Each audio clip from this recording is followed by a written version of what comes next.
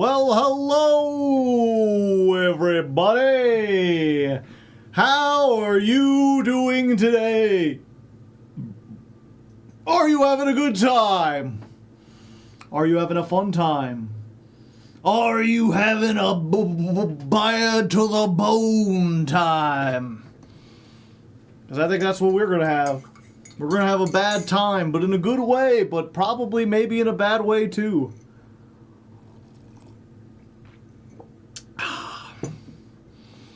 You seem in good spirits. Oh, yeah, I mean, that's... If I came in here and I was all like, hey, everyone, I'm not feeling good, you wouldn't have a very fun stream, would you?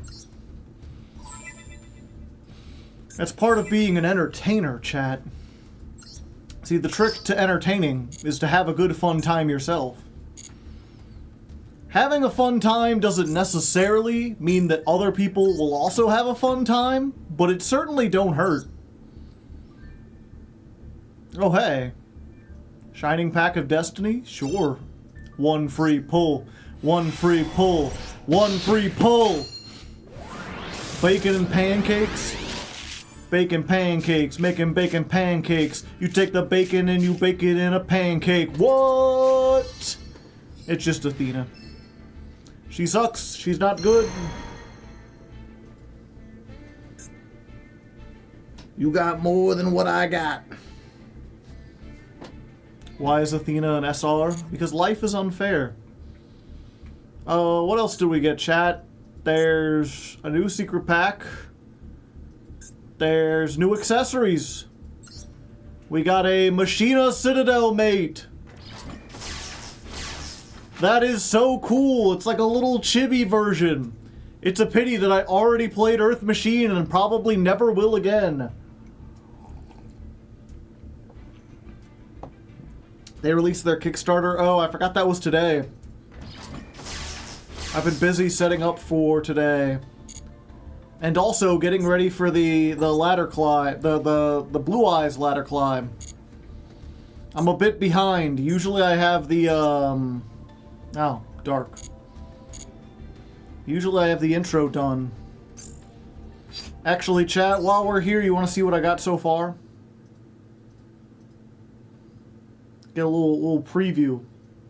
It's not done, it's a work in progress.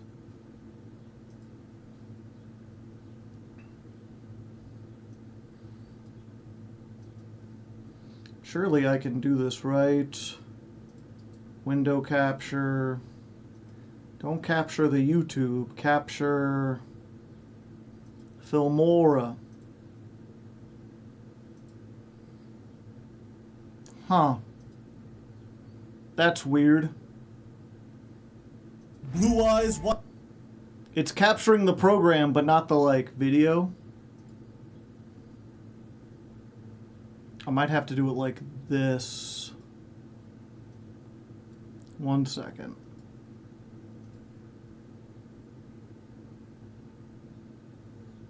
We'll do the very dangerous display capture.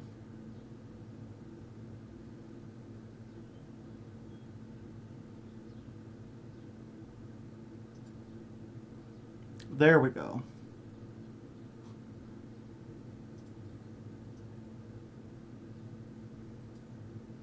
Although let's edit our filters here real quick.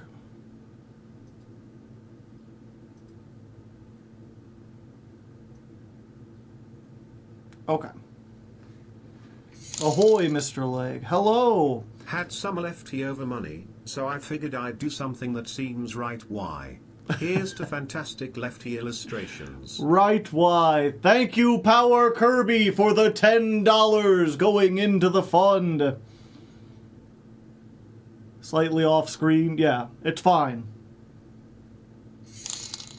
Angel Crab with the $5. The art. We're getting there. We're slowly but surely. Thank you, both of you. I really appreciate it.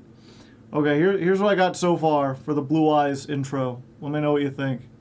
Blue Eyes White Dragon is the most iconic Yu-Gi-Oh card of all time. Even people who have never played the card game and who barely know the show are familiar with Kaiba's signature monster. But is it any good in the actual game? If you had asked me this a few months ago, I would have told you no. Blue Eyes is a noob trap. A deck for duelists who care more about nostalgia than playing competitively. But then Konami released a new wave of legacy support into Master Duel. A series of cards that propelled Blue Eyes from third-rate jank to one of the strongest decks in the game. I'm Hardleg Joe, if any ya didn't know, and each month I climb the Master Duel ladder with a different deck, as chosen by my patrons. In the years since I've started this show, I've climbed with broken meta decks, absolute garbage, and everything in between. This month, I get to play with Blue Eyes, at the very height of their power, and see if I can take these legendary dragons all the way to Master Rank 1. Will the new support be enough to topple the likes of Snake Eye, Fiendsmith, and Tempai? Or have these old normal monsters been left behind by the sands of time? There's only one way to find out, so grab a snack and lean back, cause it's ladder climb time.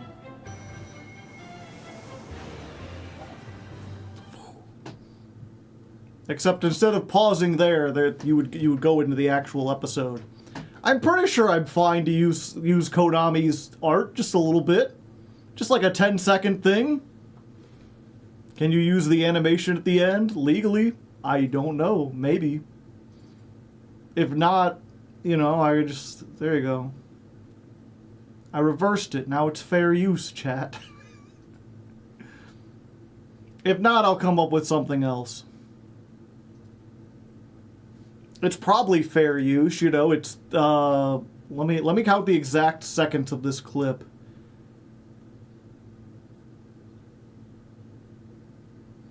It's 4 seconds.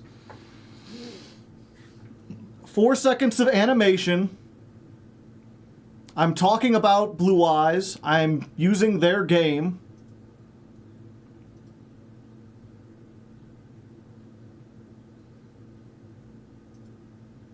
Seems relevant. It's a 3-hour video. There's not going to be any brand confusion. They're not going to think I'm affiliated with them.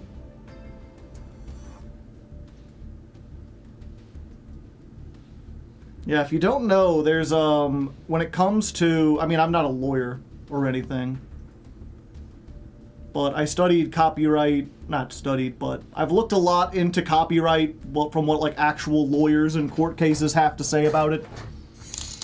// Legend of Lefty Illustration Fund. Let's go, holy cow. How many gems were spent on this deck? Not many. It's in an ad, right? It should be fine, yeah. But yeah, I was saying it's, So I remember I've read over a lot of fair use cases and seen a lot of lawyers talking about them.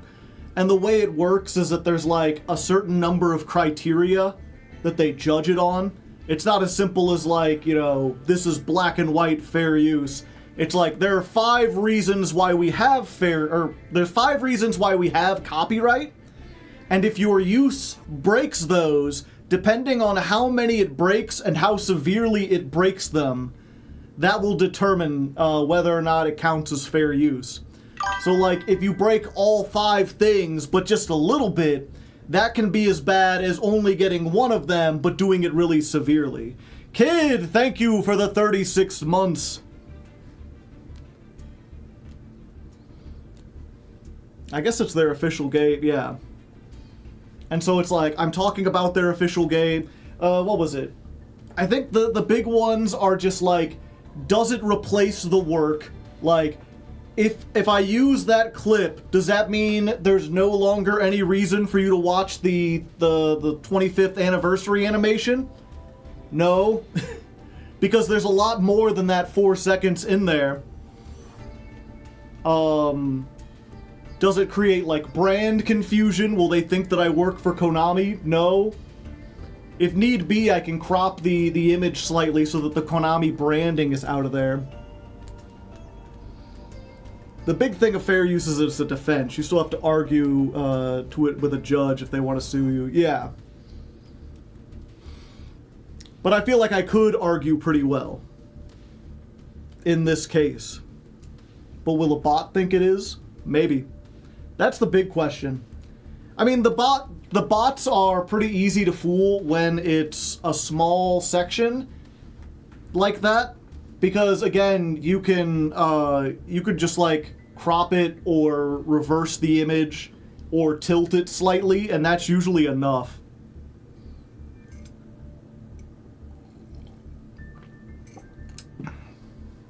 Cropping the image to hide the logo sounds funky.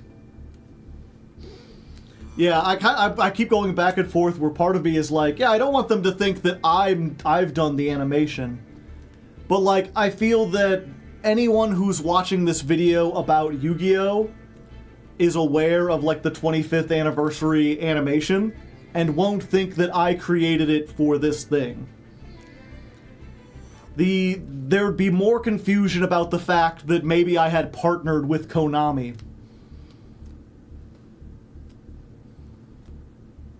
I mean, either one sounds ridiculous to me, but I'm trying to think of like, you know, we gotta think of this in terms of like, what is your average viewer who's just stumbling onto this?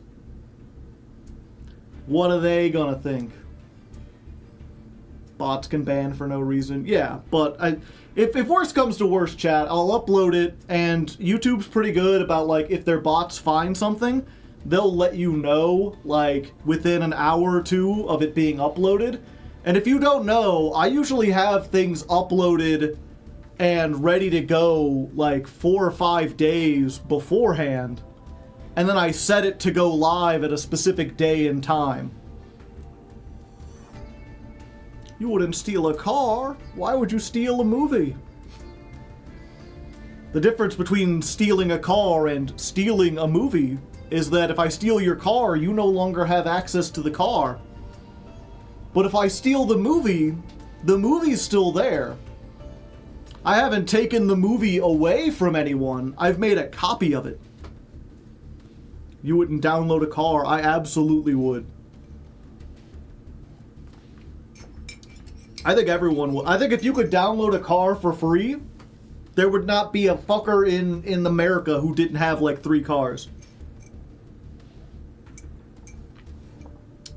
Yes, I would download a car.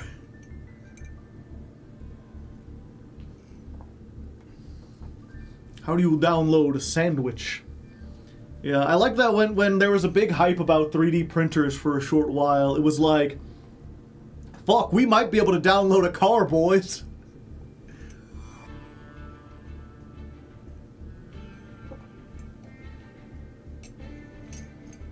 Like, just download the model for the new Ford Fiesta 2025, add a spoiler onto that shit, maybe make the wheels a couple inches bigger, but just the back wheel so it looks like it's always leaning forward. Then tell that shit to print and come back in a few months. Download a really nice bike. Give it some roof rails, a 12-inch screen. And then we gotta make sure we put a car inside that car so we can drive while we drive. The exhibit. I'm not sure how many people were old enough to remember Pimp My Ride. It was a ridiculous MTV show where a rapper named Exhibit, he would find people who had bad cars, and he'd be like, we're gonna fix it up. But they wouldn't just fix it up, they would always turn it into some, like, absurd, extremely expensive thing. Did you already build the deck? Yeah. Pimp My Ride wasn't a fever dream. There was a video game, too.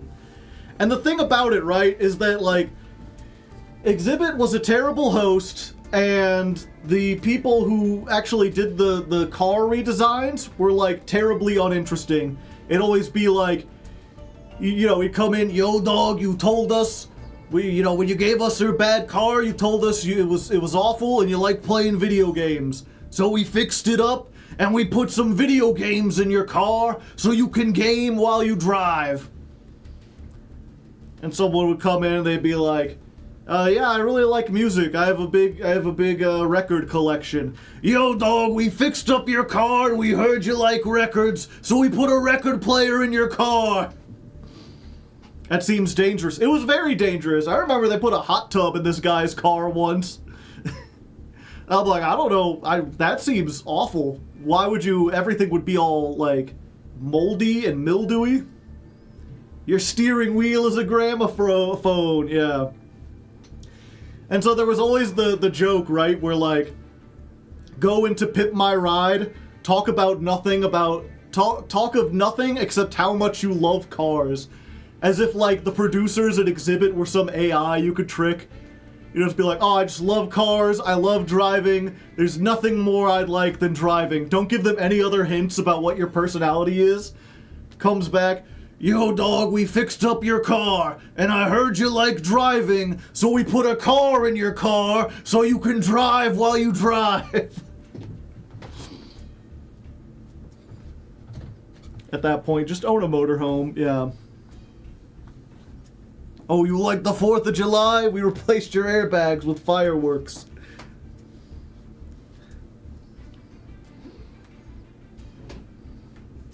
And then there was the mathematician. We heard you like differential equations, so we put a bunch of fractions in your car so you can derive while you drive. So that's where the meme came from, yeah.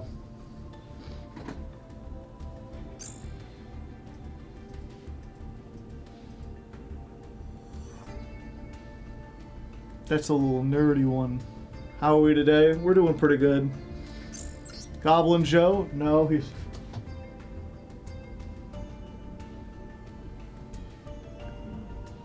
How long has that hat been there, chat?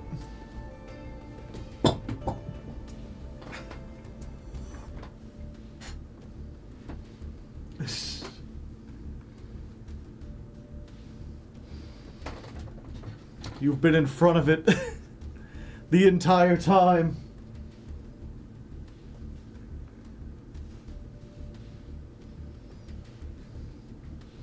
It's a hatastrophe. Green scream complete. Critter is EP. Okay, let's real quick. I want to remind myself. Let's just face this.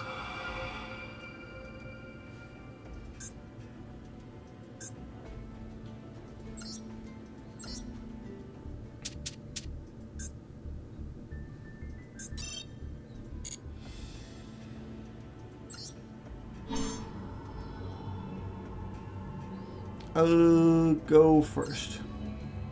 You summon Gabonga. What happens next will shock you.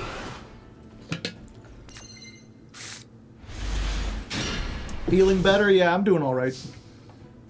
I'm here. Okay.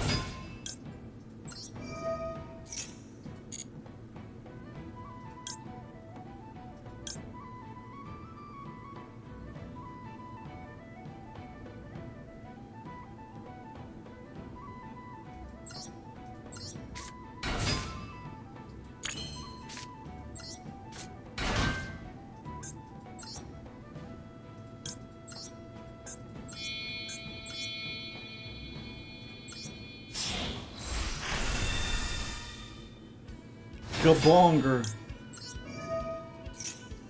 Give me Doug.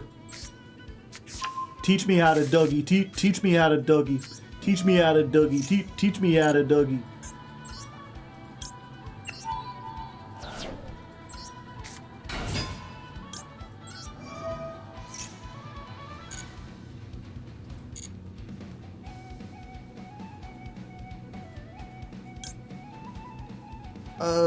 Yeah.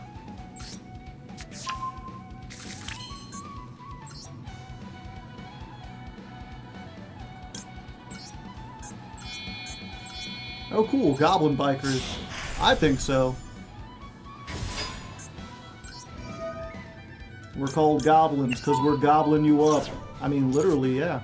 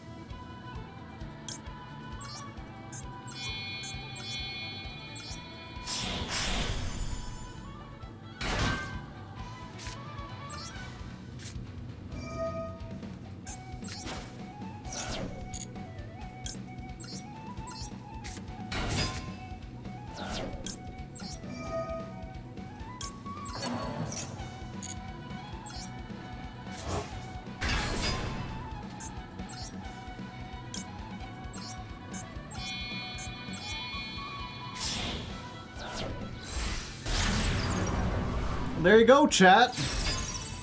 If you go interrupted and you do the thing and you don't fuck it up, you can use 3 cards to make a whole lot of cards.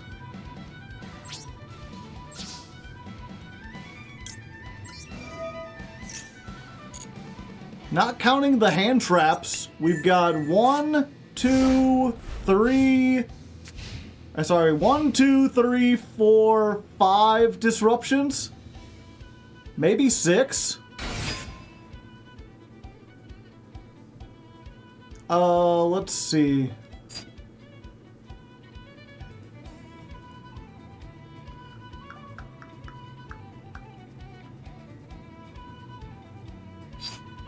Yeah.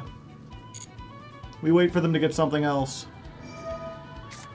Special summon a harpy. Okay. Now we activate the clatter sploder.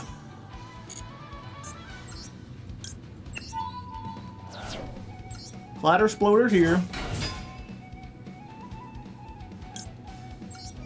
Activate. Dougie. Activate. Slurp. Activate. Gobble. I forgot to upgrade this beforehand.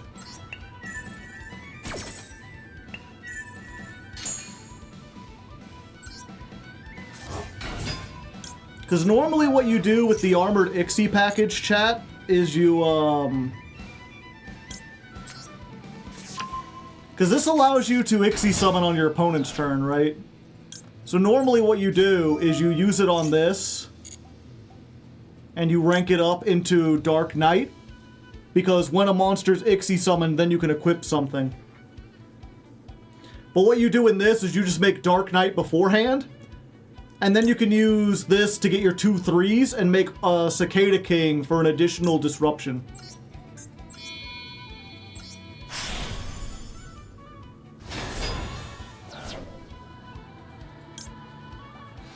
There are very few reasons not to Ixie summon the Dark Knight Lancer immediately. It's very flexible, yeah.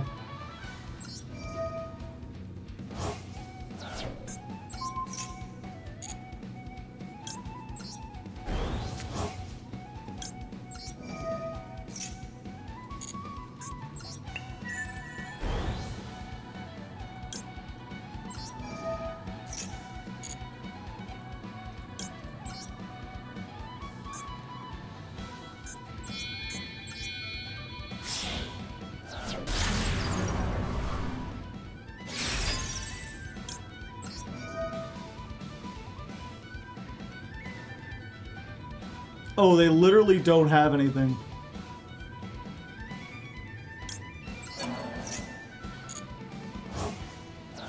Yeah, I don't know if I should put Apo, because I feel like I'd never get to that situation.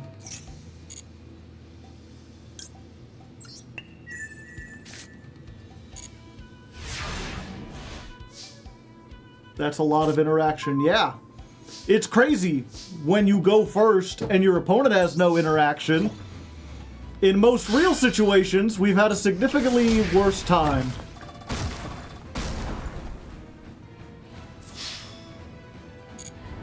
But that's ideal situations. Unfortunately, they don't really have like a standard combo, right? That's what I've been trying to consider, because usually at the start of the episode I do one of 2 things. I either like explain briefly how the deck works, or I run you through a combo.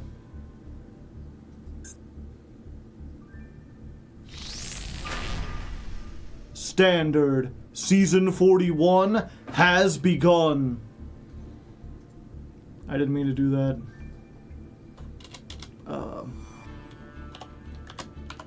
One second.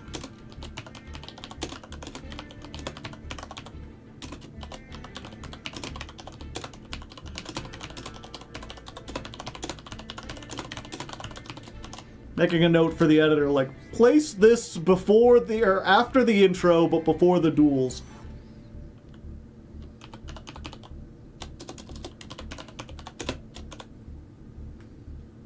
Tippy tap, yeah. You don't know I have to take notes for the editor.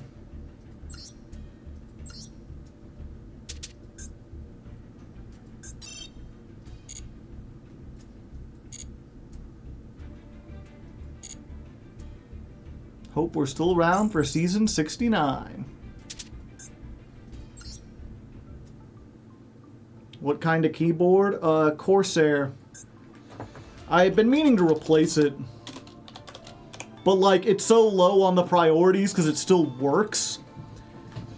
But, like, the whole thing is I bought this keyboard back when I didn't show my face. When I needed some other visual.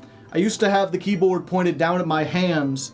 Or the camera pointed down at my hands.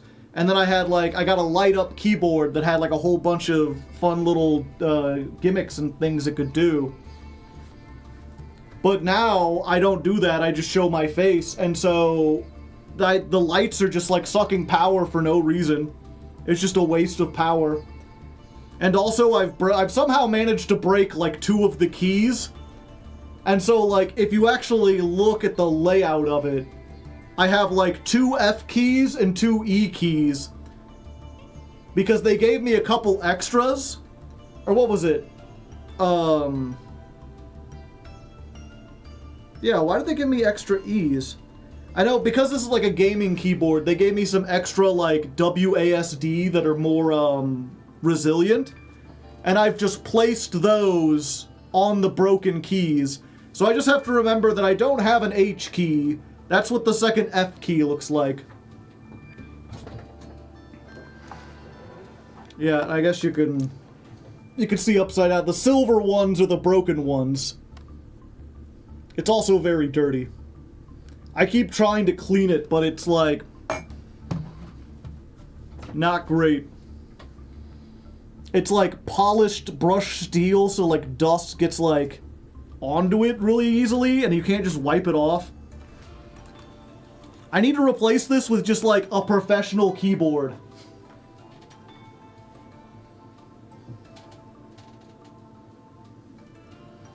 I really liked whatever standard season Pearly was tier 0, where the average end board was 3 bounces that lost to a kaiju.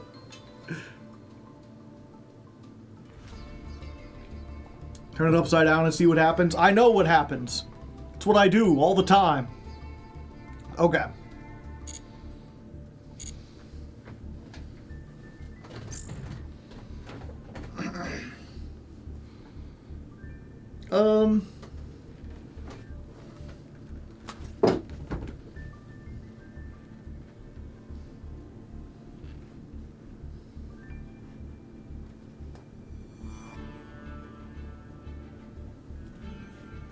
I don't think I want to record in this, chat.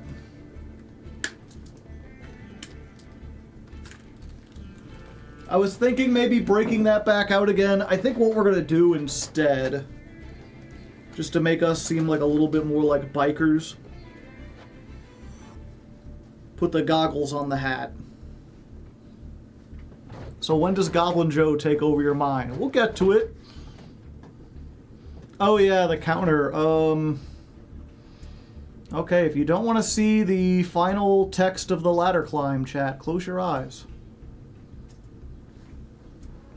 We're back on stream 1. 0 wins, 0 losses. We're in D5. And I have no idea what we want to count.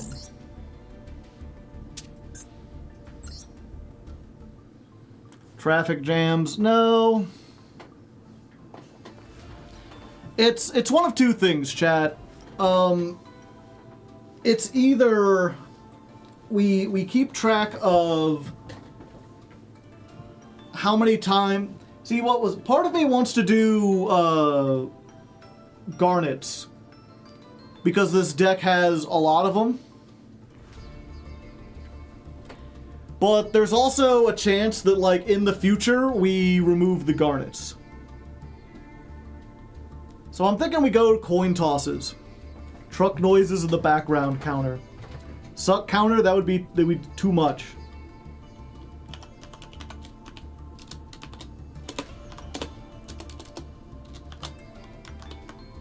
Yeah, so I think we're just gonna have a heads counter.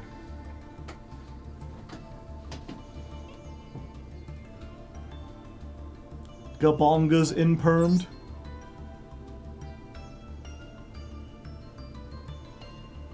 I guess we could also do that.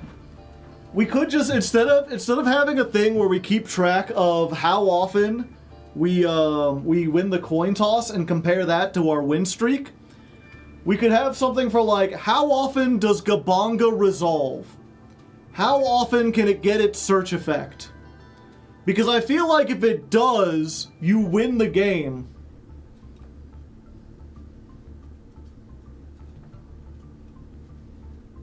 Usually when Gabonga gets negated, it's really tough, yeah.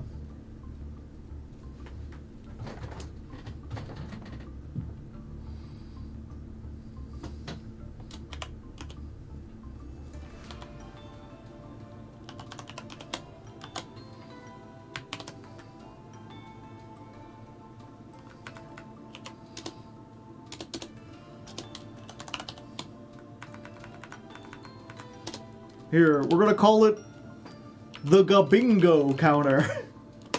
When Gabonga wins, it's like, ha! Gabingo! It's either that or we count how often it gets in the... I think we need to count how often it resolves. I really wanted to do like, we'll count every time it gets negated and have a Gabummer.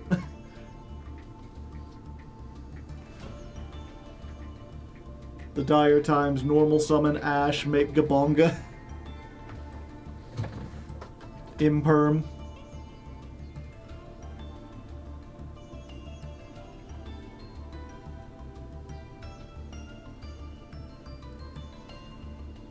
Gabummer and Gabingo.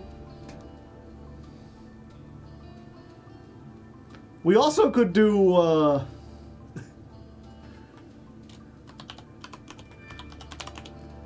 Cowabunga!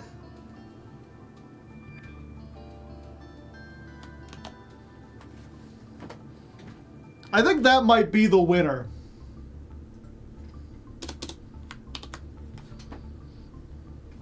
That's anytime Gabonga resolves its things. Cowabunga! Let's go! It's fine if Gabonga gets negated if you have Doug in hand. This deck.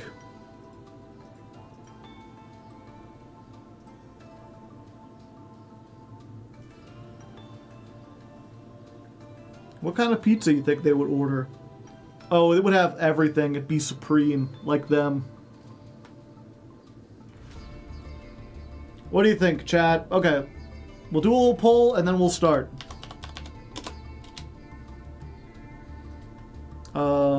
What do we say when Gabonga resolves? Cowabunga or Gabingo?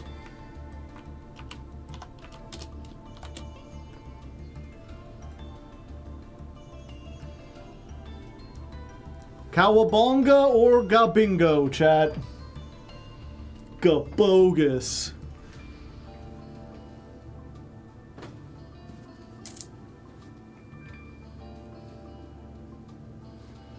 Bonga, right in the kisser.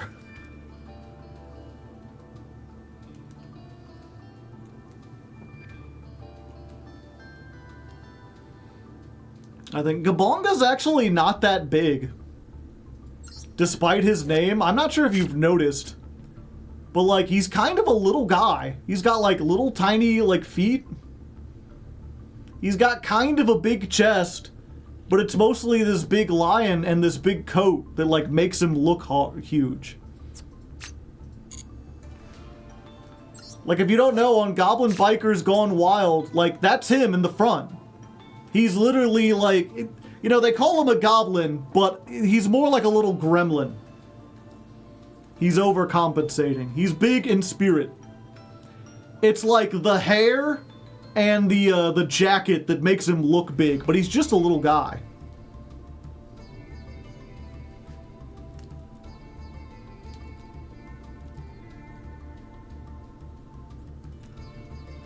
Just imagine Goku, but bald.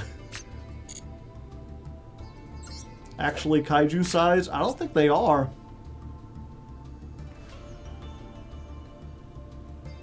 If this is to be believed, I mean, it's kind of hard to tell because they are in the background, but it looks like Gabonga would come up to, like, Diabellstar's waist.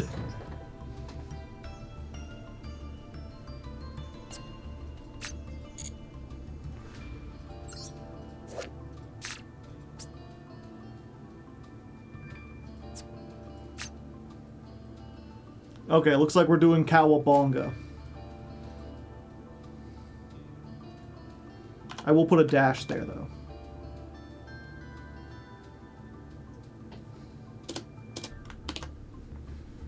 Is Gabonga riding a huge dog? It's like a saber-toothed tiger.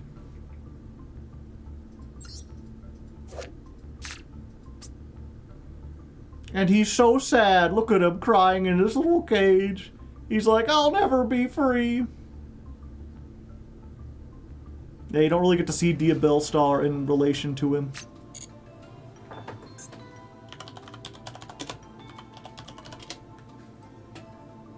Surprised E-Telly is only at 2. It won't be. Soon.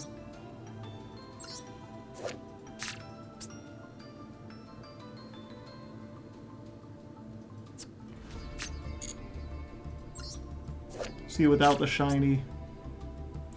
Yeah, you can see Diabellstar standing over there. Cowabummer. Are we gonna have a suck counter? No.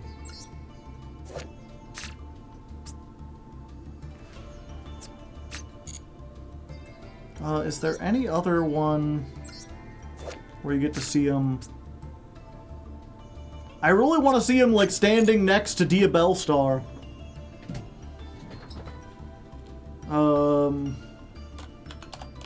Diabell Gabonga.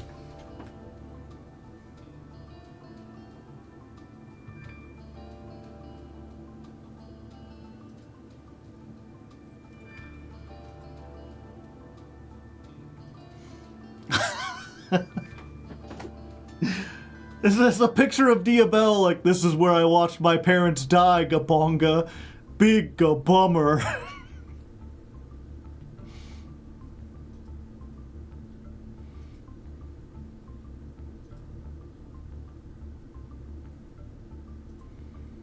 Yeah, there's no fan art. I mean, I guess fan art wouldn't be canonical anyway.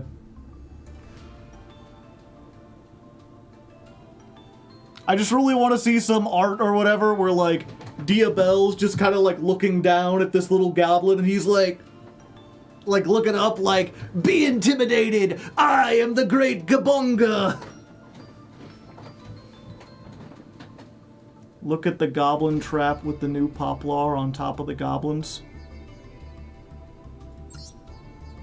This one?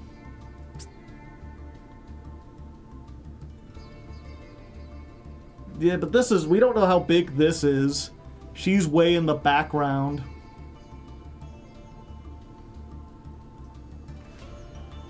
What's the Cowabunga counter for? Every time Gabonga resolves. It's like Yosemite Sam. Okay. So anyone who, I'm not sure how many new people we have here, hello, welcome. If you're somehow unfamiliar, I'm Hardleg Joe. I have a series on YouTube called Ladder Climb. I climb the ladder with different decks. I record that series by streaming on Twitch. You're watching it right now. It'll be edited for a mass audience. Mostly this is just me doing duels and then I pick out the good ones. I do have to record like an intro and like a deck explainer segment. And sometimes those take me a lot of takes to get right and to like get a good take worth putting in the video. So that's what I'm about to do. If you're not interested in that, come back in like 20 or 30 minutes because I'm going to be repeating myself a lot. A lot of people seem to like this behind the scenes stuff, but I always feel like self-conscious having to do it. What do you mean it takes a lot of takes? You always get it on the first one. Exactly. I get it on the first try.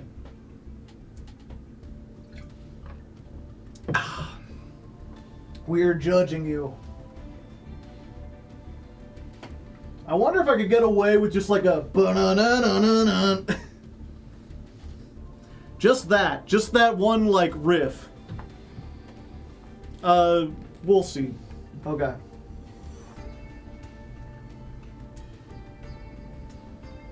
Let me get...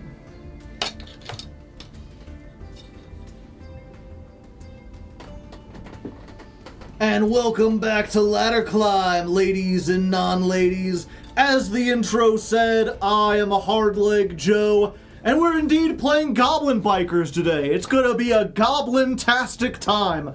I got my little biking goggles, I'm ready to go on things. It's gonna be a fun adventure. Even Critter is... Where did that hat come from? Has that hat... I don't remember putting that hat there. That hat has... I don't know what that has to do with goblins. That wouldn't have anything to do with goblins. No, we're biking. We're bikers today. We're playing Goblin Bikers. It's going to be a fun time. I'm not sure... The goblin is approaching, yeah. And I think it's fine. I think that went pretty well. We could have a little... whoever's editing this, like, kind of slow zoom in, maybe some ominous, like, music when I'm looking at the hat. Maybe a clip from, like, the Max C video, where I'd go in Goblin Joe mode. Just, like, echoing in the background.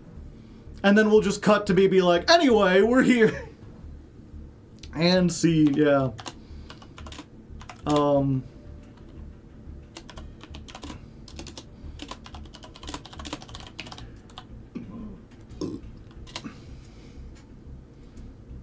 PTSD. I'm really going for that, like, the Spider-Man movie where he's, like, looking at the Green Goblin mask, like, no, I don't want to hurt Peter. It's like, yes, you must, though. Google says that Bad to the Bone riff is not copyrightable. Take that with a grain. Yeah, is that the Google AI result? Because that shit don't do anything. There's a, slight little tangent here. I know we're already going a little late, but I thought this was really funny. I think it's in Funny Pictures.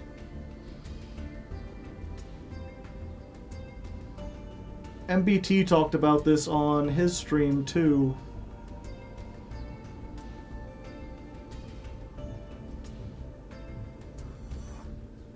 Where's the... It's called Art and Photography now, I think.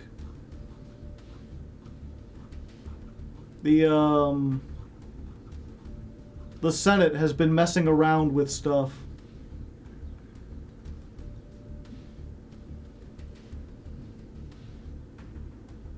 Where's the Funny Pictures chat?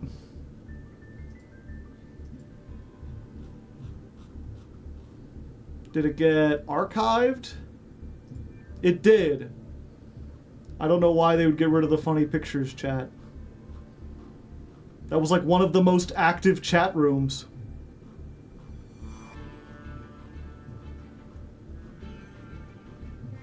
Okay, one second. Let me find this.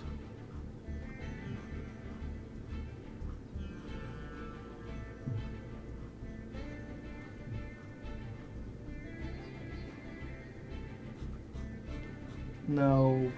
Where was it? Did it get deleted? Didn't get deleted, did it?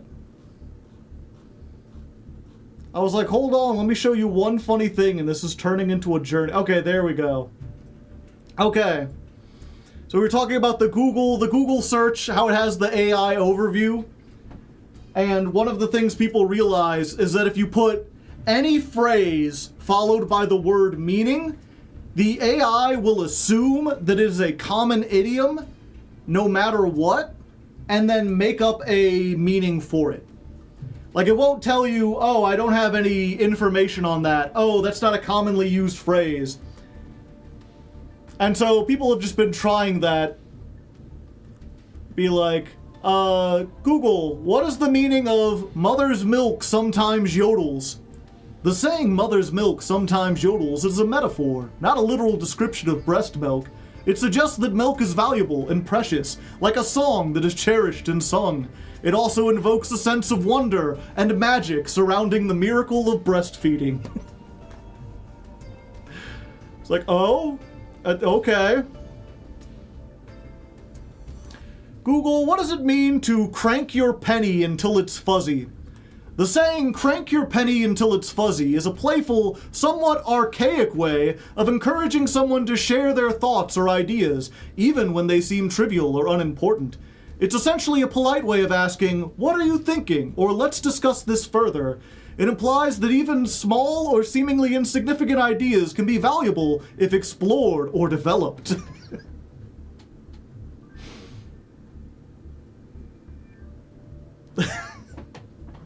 So just, go up to your neighbor, hey, crank your penny till it's fuzzy, buddy.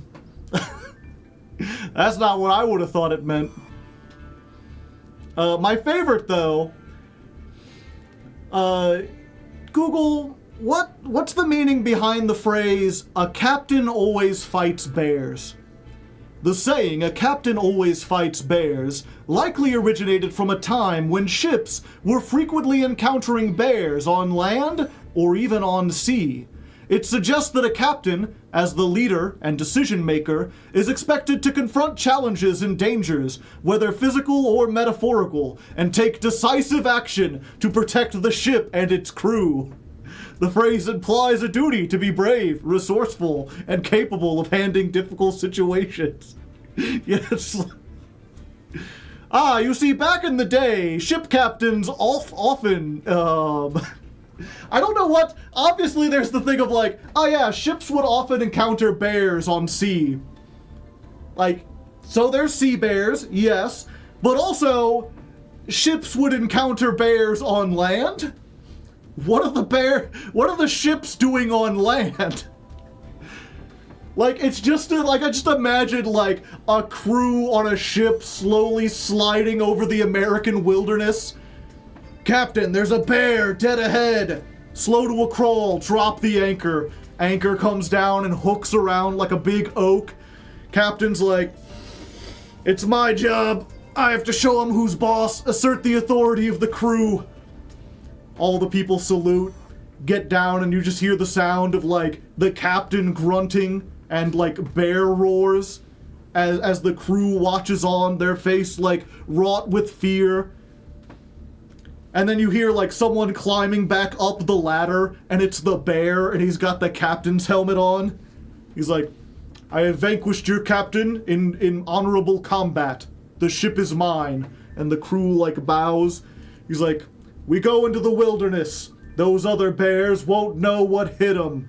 Dun dun dun dun dun dun dun dun dun dun dun dun. Captain Bears, Captain Bears.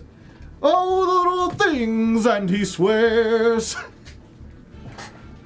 Prepare the cannons, we raid the Walmart. Yeah, it turns out this was taking place in 2006. Do not burn the candle at both ends, as it leads to the life of a hairdresser. That's just Plunder Patrol Ship Jord, yeah.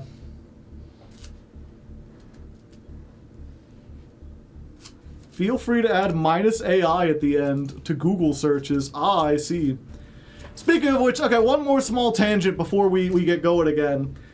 I had an idea for an interesting kind of stream. I wanted to float this by you and see if you were interested, chat. Obviously, I'm a writer, if you didn't know. I'm working on The Legend of Lefty, my audiobook. That's what this fund is. We're trying to raise money so I can get some professional illustrations done for part 2, which should be coming out in August or September. But I was thinking a great way to promote that and also have some fun and add some variety to these streams so it's not just Yu-Gi-Oh! would be to basically have like a short story stream where we sit down and collectively write like a short story and then perform it. So I'd be able to flex my creative skills, do a little brainstorming, and get some practice with like recording something. And it would basically just be kind of like an improv exercise.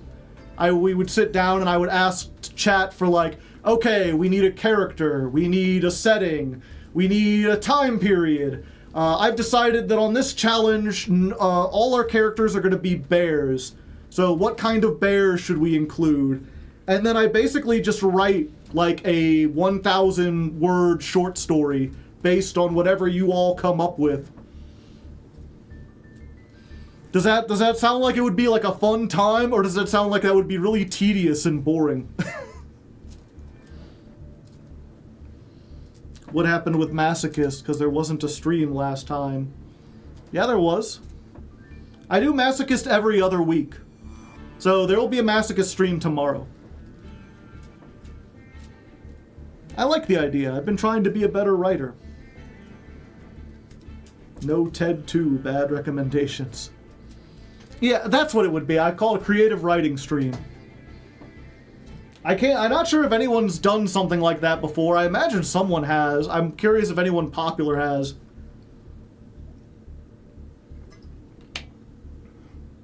And then I could upload it to the literature channel or something.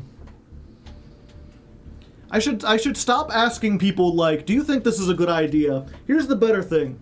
If you think that's a bad idea, if you're like, that sounds boring and uninteresting, feel free to let me know. I will not judge you for it. I will not be like, you're a party pooper or whatever.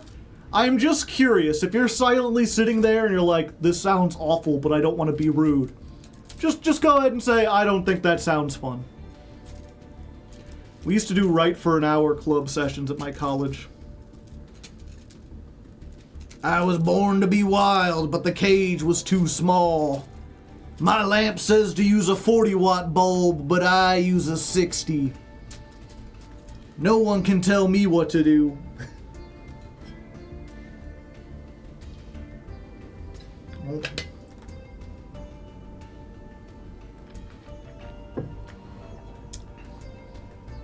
That lamp hates me. Okay. Are you gonna suck your way up to Matt? I'm gonna gobble my way up. Okay. Can we play Yu-Gi-Oh while we do it or nothing? I mean, I don't think I could write and play Yu-Gi-Oh at the same time.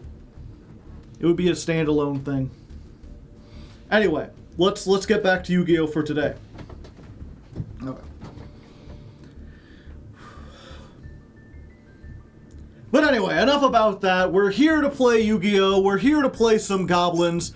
And I suppose I should tell you about the deck for those of you who don't know. If you do already know about goblins, you can go ahead, use the time codes below, skip ahead to the first duel. Ugh.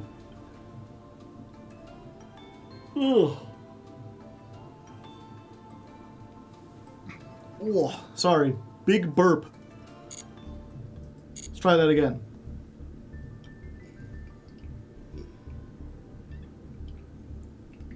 I could feel it. Big burpa, yeah, okay. But anyway, we're not here to talk about that. We're here to play goblins. But anyway, we're not here for that. We're here to play Yu-Gi-Oh! So let's go ahead and jump into it.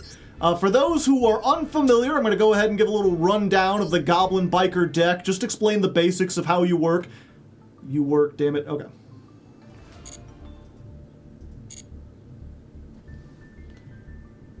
But anyway, enough about that. Let's jump on into it. First, okay. Like a ninja sneeze, yeah. This is where it's going to take me a million takes to get it right. But anyway, enough of that. Let's go ahead and jump into the action. Specifically, the action of explaining the deck. For people who don't know, I like to give a little overview, run down how Goblin Bikers work, what it tries to accomplish. If you're already familiar with this deck, you can go ahead and skip ahead. I've got time codes below, chapters for every duel, so you can skip to wherever you want. You can even jump to the very end if you feel like it. I mean, I'm not your dad or anything. Although, if you do have a moment to, like, listen to take 48. Okay. But anyway, let's not get distracted. Let's go ahead and jump into the action and start by explaining the deck. I usually like to give a little overview for people who aren't familiar with the archetype I'm playing. Goblin Bikers 101, if you will. If you're already familiar with this deck and you don't want to hear me yap, you could just go ahead and skip ahead to the first duel. There's time codes below for every duel. I sit down and write those myself. Although before you head off, I just want to say if you appreciate the work I do making these long videos every month, I would certainly appreciate a little support. I got a Patreon. Just $1 a month really helps out. Helps me make these long videos. I'm so bad at advertising stuff, but I need to. Okay.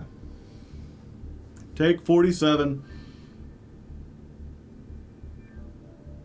But anyway, we can't let that distract us. Let's go ahead and jump on into things, starting with the deck itself. If you don't know, I like to give a little overview before we start the duels, give people an idea of what this deck is, what its playstyle is, what it tries to accomplish. If you're already well aware of Goblin Bikers, if you're familiar with them, you can use the time codes below and skip ahead to the first duel or any duel if you want. Although before you go, I just want to say if you appreciate what I do here with the time codes, with these long videos, with the explainers, consider joining my Patreon. I would appreciate it. Just $1 a month really helps out. It all adds up and everything, and allows me to spend more time trying to make these decks better, and of course afford silly props like these little goggles and stuff like that. But anyway, without further ado, let's jump into it.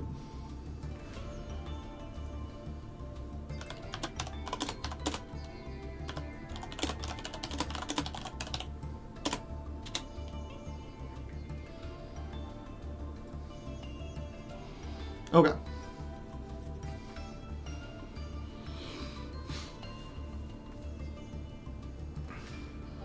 Alright, so the playstyle of Goblin Bikers is actually incredibly simple. It is an Ixie deck in the most classic sense possible.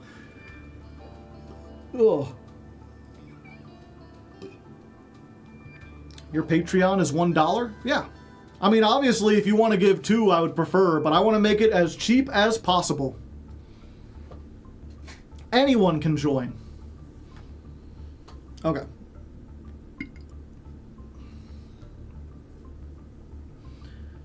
Alright, so Goblin Bikers at its core is one of the most... Okay. So the playstyle of Goblin Bikers at its core is incredibly simple. It's an Ixie deck in the very classical sense. If you didn't play Yu-Gi-Oh! In that era, all you wanted to do was get 2 monsters with the same level on the field and then overlay them to make an Ixie. And that's what we're doing. In this case, we make rank 3s. All the Goblin Bikers are level 3 monsters, and then we've got a whole bunch of extenders like Terror Top, like the Psychic Tracker and Psychic Wielder, Tour Guide from the Underworld. We've got Emergency Teleport, which can get these, as well as Ghost Ogre and Snow Rabbit, all level 3s, all that special summon themselves to the field. That is 50% of the deck, and everything that's not that is either a generic hand trap, or some kind of garnet that we need, or something to stop us from being hand trapped, because like so many decks, we lose very hard to Maxi. This is a deck that wants to spit a whole bunch of monsters onto the field in one turn, so Maxi just kills us in half. There's not a lot we can do with that. Even making 1 Ixie summon requires 3 special summons, so just Pot of Greed on top of everything. We're gonna try our best though. If you're curious why we're playing more than 40 cards, it's because we have a lot of cards that we don't want to draw. Specifically, most of the Goblin Bikers, they have a lot of ability to get these cards out of the deck and either put them onto the field directly or attach them to another monster, and you really don't want to draw most of them. You'd rather search them or get them off of some other kind of effect. You'd prefer to draw something like Tour Guide, where as soon as you summon it, it gets you another level 3 and then you can overlay. Or Speedroid, or any level 3 in these two. This is what you want to get. So what we're doing here is basically increasing our ratios of starters and hand traps to the non-starters in our deck. We make it less likely that we'll draw something like our one-of copy of Boom Mock, by increasing all these level 3s and hand traps. Ideally, I think the math works out so that 60% of the time we open with 2 hand traps, 2 starters. That's the ideal that we're going for. As for what we're actually trying to do with all these 3s, we've got a whole bunch of tools, but the main one, and the only one I'm really going to explain, is Goblin Biker Big Gabonga. This can be made with any 2 level 3 monsters, 2100 attack, and it has 3 effects. First, when it's Ixie summoned, add a goblin from your deck to your hand. This is essential for continuing your combos and letting you get to bigger and better things. So much so that we're actually keeping track of it up there.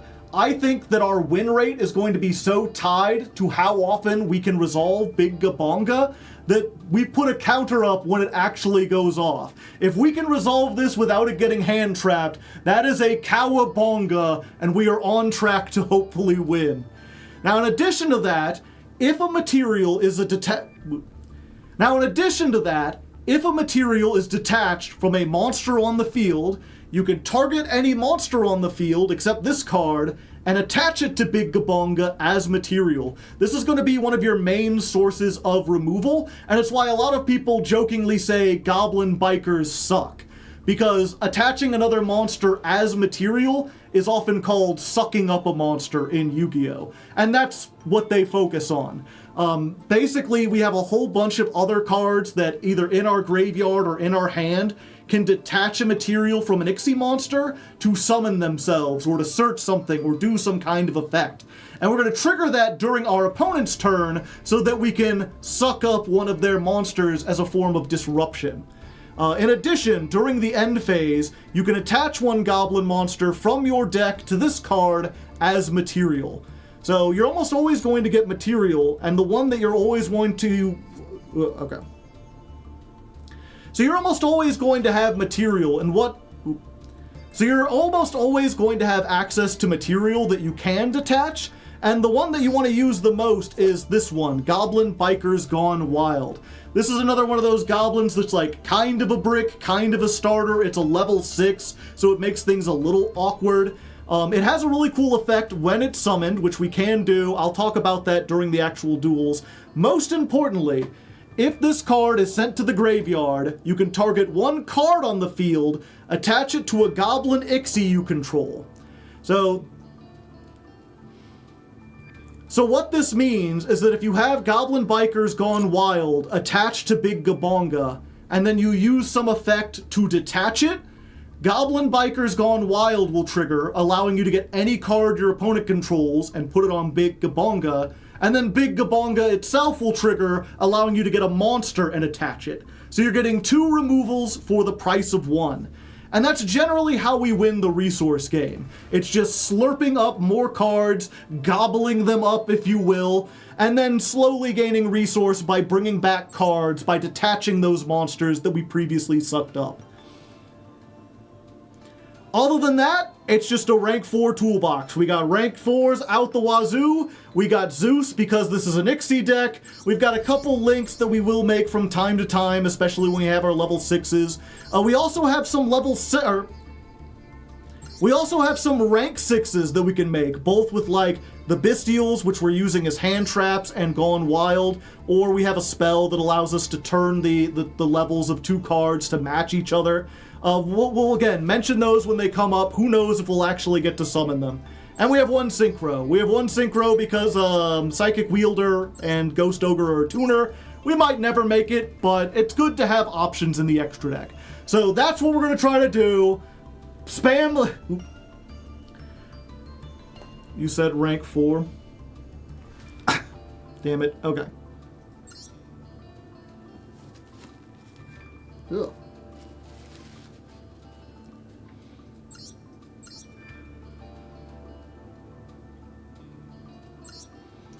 Speaking of which, we do also have some rank 6s down here. Okay.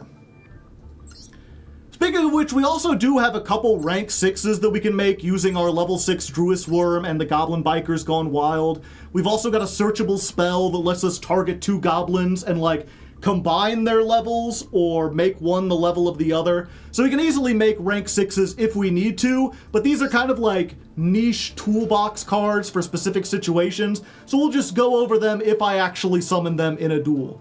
Same thing with this one synchro. Like, we do have some level 3 tuners, so we can make like level 6 synchros. I thought this one was neat. It's got a pretty cool effect, especially going second, but who knows if we'll actually use it. And yeah, that's pretty much the deck. Spam level 3s onto the field, make big Gabonga as much as possible, and then use hand traps to control the field from there. Will it work very well? Who knows? It's possible that we'll have to later on add a Fiendsmith engine into this. That's what a lot of people do, especially on Master Duel, where Fiendsmith is still pretty much at full power. That does also give us access to like more level 6s and more rank 6s and more links. But right now I want to start out pure, see what we can do with just Goblin Bikers by themselves before we add in a strong meta engine. So this is Goblin Bikers Mark 1 jumping onto the ladder. Okay.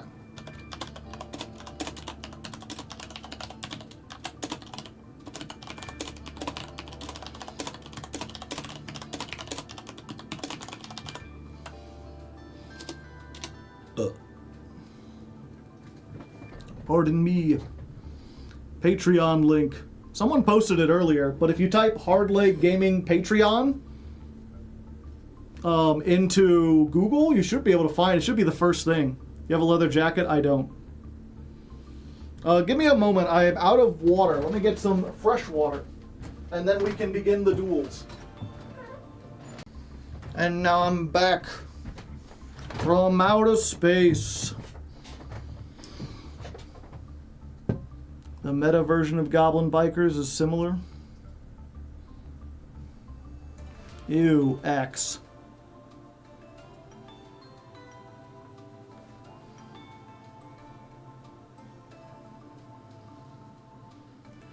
Yeah, so they're just playing. They're like, why play a bunch of level 3s? Just play the Exodia engine and the Fiendsmith engine. Why do I still get notifications on X when I haven't posted in like years? Not years. It's been like 9 months.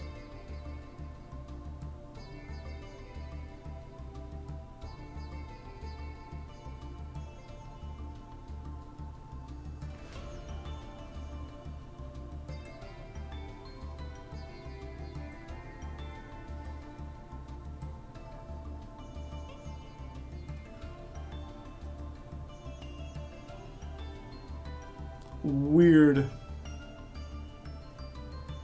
Someone just like retweeting my Paleozoic experience video, and they're like, T, capital T, lowercase s.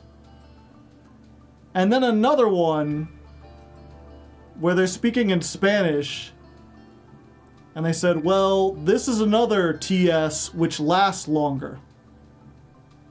And look, every now and then all his little monsters explode and he does the same thing again in one turn and he wins anyway. I have no idea what does tease mean. See, this is why I don't go to X. It's just insane people there now. Okay. Speaking of which, chat, check it out. I got a big old jar of rocks. Listen to the way they rattle. Some Spanish shorthand, kind of like haha equals, yeah, but what does it mean? I'm watching from a small Caribbean island. Rocks. Oh. Well, let's find a good one, chat.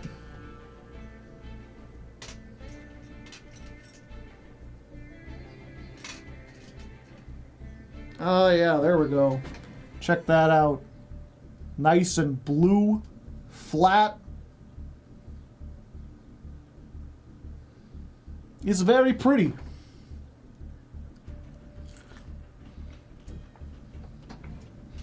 And delicious. Oh, look, a big green one. I know it's not like a jade or an emerald or whatever. I'm curious if anyone knows what kind of rocks the green ones are. The mouth is the nature's tumbler, yeah. Which one's nib? Who knows?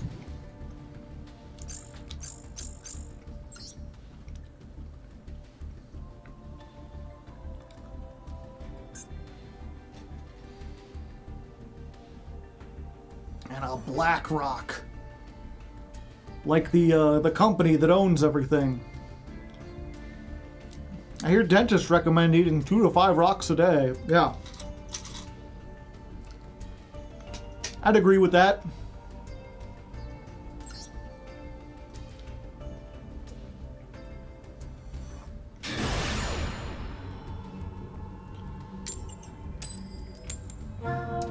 First duel of the entire episode, and we've lost the coin toss. That's not good.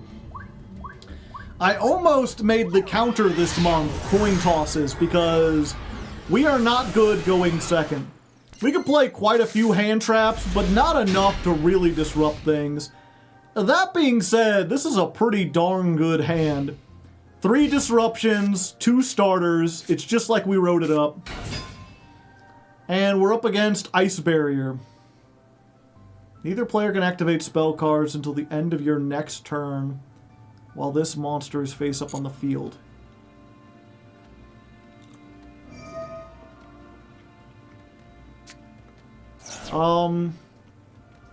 While this monster is face up on the field, you say? What if it wasn't face up on the field?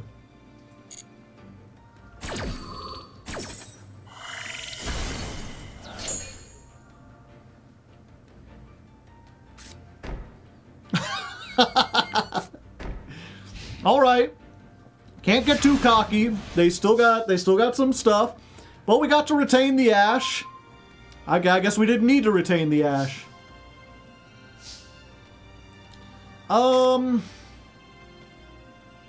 The problem is adding a Goblin Biker from our deck to our hand doesn't do a whole lot. I guess it baits ash. Yeah, let's do this and see if they have ash.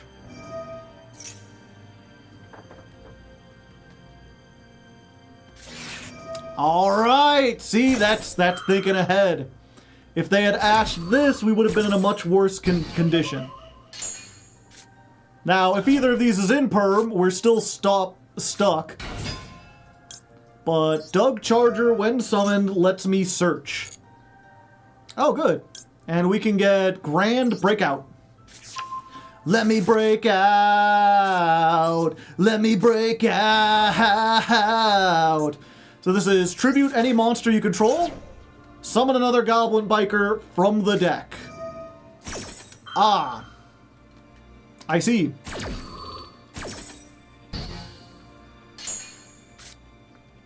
Unfortunate. I will set Infinite Impermanence then, and pass my turn. But yeah, there's a Goblin Biker called Clatter Sploder, which is again one of those ones you don't want to draw in your opening hand, but its effect is when it's summoned, summon a goblin out of the graveyard. So if you get Clatter, you can bring back Doug, and then you've got a rank 3. Not what I wanted to see. Okay. We've got 2 ashes. We set 1. It's a level 3. If they still pass, the next turn we can normal summon the other one, make Big Gabongo with 2 ashes.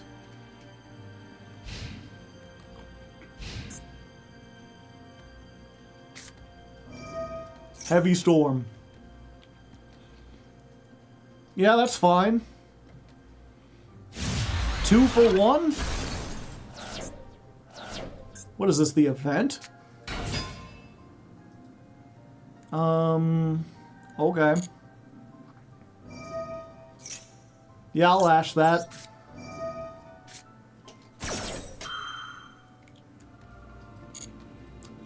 Granted, now I can't make Big Gabonga, but half of my deck is, well, it don't matter.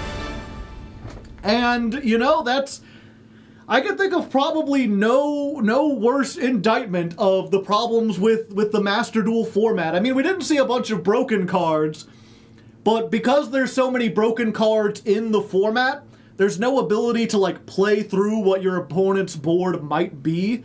You really have to, like, stop them from making a board, which means every deck that wants to succeed has to play 15 hand traps. And because of that, games are decided entirely by the hand trap wars before anything actually gets started. How often will that happen, and how often will we actually get to summon goblins? Only time will tell.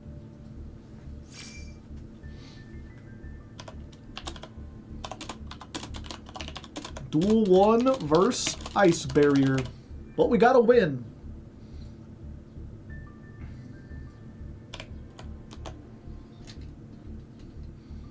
When is it appropriate to run more than 40 cards in the deck?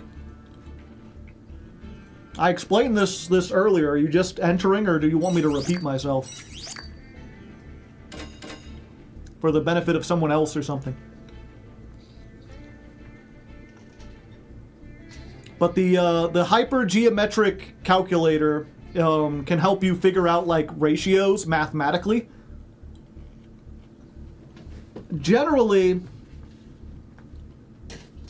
going 1 or 2 cards over 40 isn't going to make too much of a difference. Mainly, if you have, basically, I think, other than situations like if you're making that grass deck where you want more than 60 cards, a main reason to play over 60 is that you have cards in your deck that you don't want to draw. And so you basically, by having a bigger card pool to pull from, you dilute the chances that you'll pull those garnets in your opening hand. That only works, however, if you have cards that can replace your starters that are, like, just as good as your starters. For example, in Goblin Bikers, you don't need any specific Goblin Biker card. You just need one of, like, you basically just need any card that can make you a rank 3. Terror Top, grabbing Taka Tomborg, that's one card that can make you a rank 3. Tour Guide, summoning another Tour Guide, that's a 1-card rank 3. Any of those cards are equally good starters. You could also add in, like, Punk Xiamen. Punk Xiamen, grab you Foxy Toon discard, get another Xiamen, that's a free rank 3. Any of those cards are equally valid to draw as any other ones. So by adding a bunch of them into the deck, you can increase the chance that you will draw a starter while decreasing the chance that you will draw one of the cards that you don't want to draw.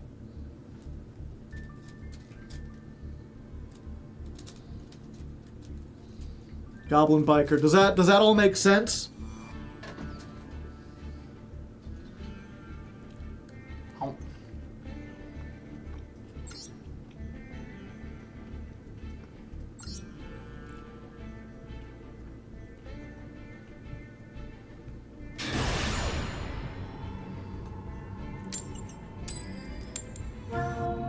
Alright, second duel, same as the first. We don't get to go first. We're just doing the first. Alright, this time, not as good.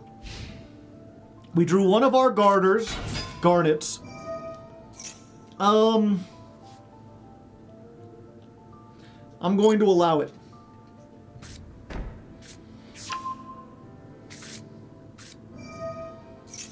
Oh wait, I can't Ghost Ogre this. Fuck, they got Drill Beam.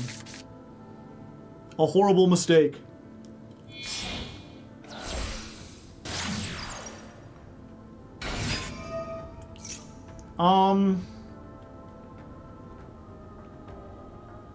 Yeah, I think we have to save the Ghost Ogre for the inevitable True Light. Yeah, I was like, maybe we hit this, but they had everything.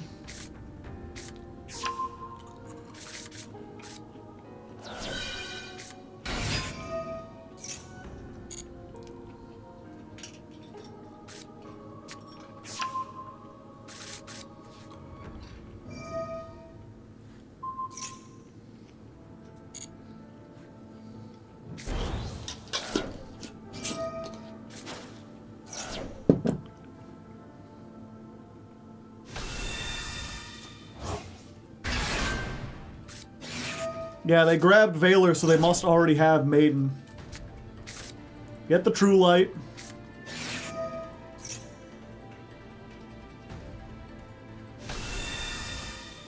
Summoning the Blue Eyes. But she came back.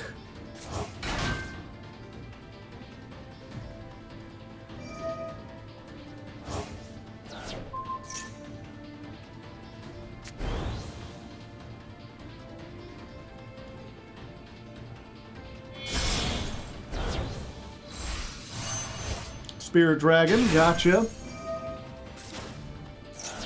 The fuck? Can they see my hand? This only works if it's activated on the field.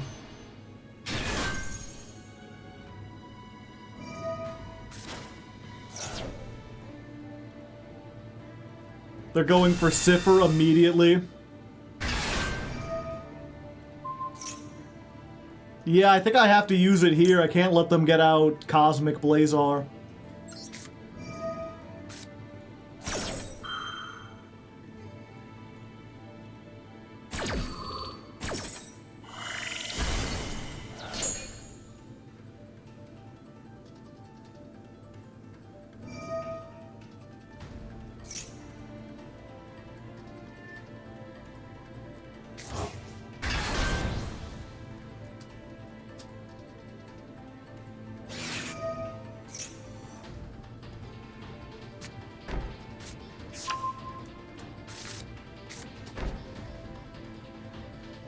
They got greedy.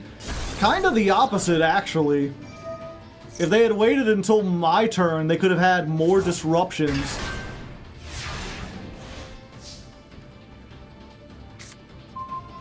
That might have been a smart play on their side. They've got the double pop and they've got the drill beam. Let's try this and see if that baits anything out.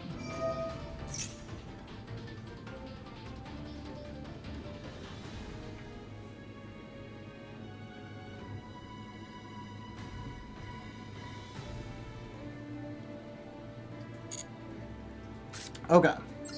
Special summon the Terror Top. Search the Takatomborg. Takatomborg. Majesty. That's not bad. I still get the search.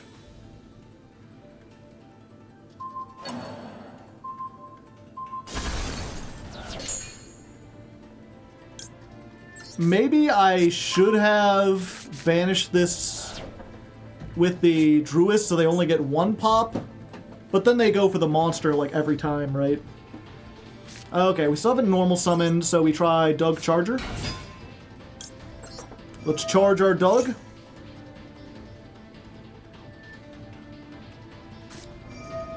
Fuck.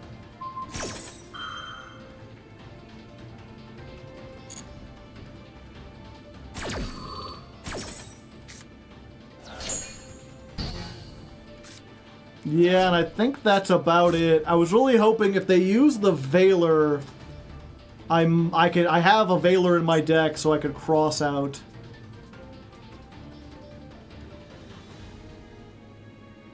Yeah, and everything's in defense, so I can't Druid Worm. Yep. Go second into a bunch of disruption.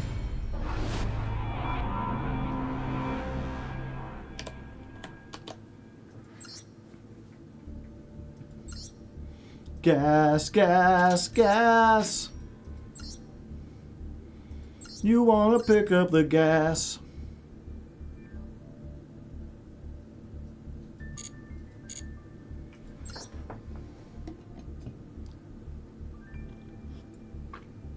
Happy stream and International Workers' Day. Working duelists unite. Alright, we get to go first, finally. Now the question is, will our hand be able to resolve, or will we get hand trapped into a million years? Or will we somehow brick? That ain't a brick. Also, interesting name. 1/2 to the power of 23. Any mathematicians in the audience? See if you can figure that out. Let's go ahead. We'll use Terratop.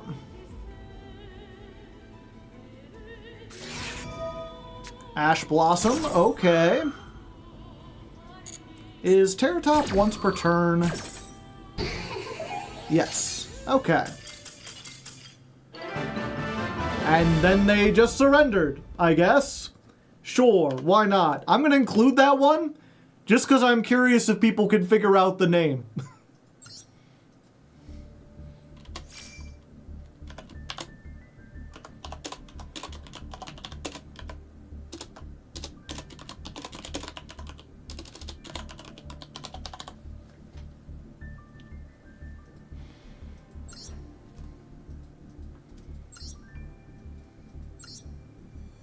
Typical math player. Dinosaur.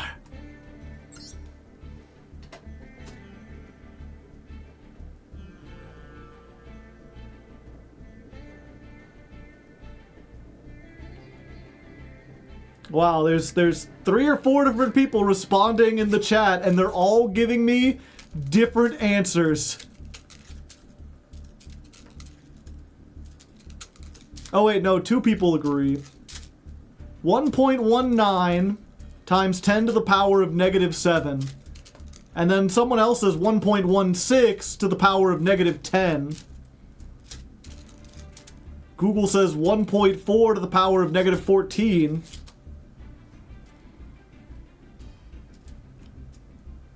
Yeah, that was weird though. Someone pointing out, they're like, I love these people like, Ash resolves. Fuck this game. Like, it was your Ash.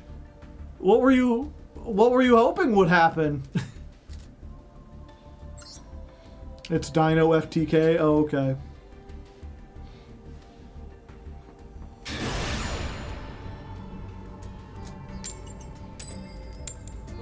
Fuji Orta. Oh, I love that song. Ooh, they're letting me go first. I see. That's the song that goes like, okay.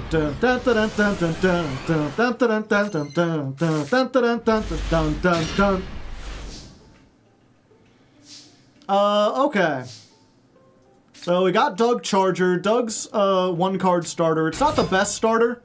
You'd kind of prefer not to, but it is still a starter. Searches a Goblin hand trap. Max Seed. Fortunately, we drew the Ash. We're just the better gamer. What can I say?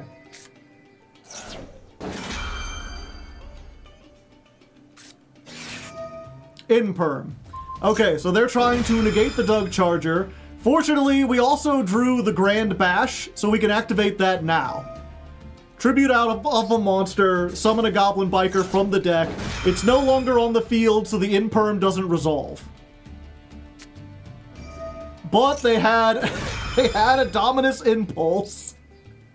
But we have the emergency teleport, so we can get another level 3 anyway.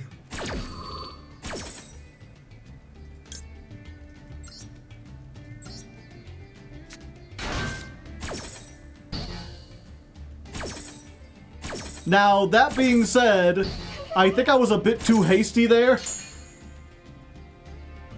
Because none of these other cards help me. I can't use this because I already used it this turn. And this just searches a card. I think my real hope was just that they would surrender.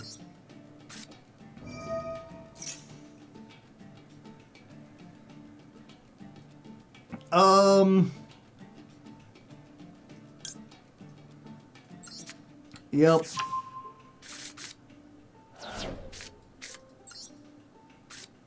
That was a waste of E-Telly. I got too excited. I was like, I just want to change stuff. But they're on 3 cards. What are the chances that they have an opener, chat?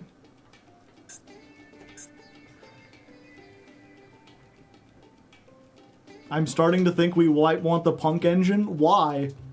What would the Punk Engine add? Like, what would I replace the Punk Engine with?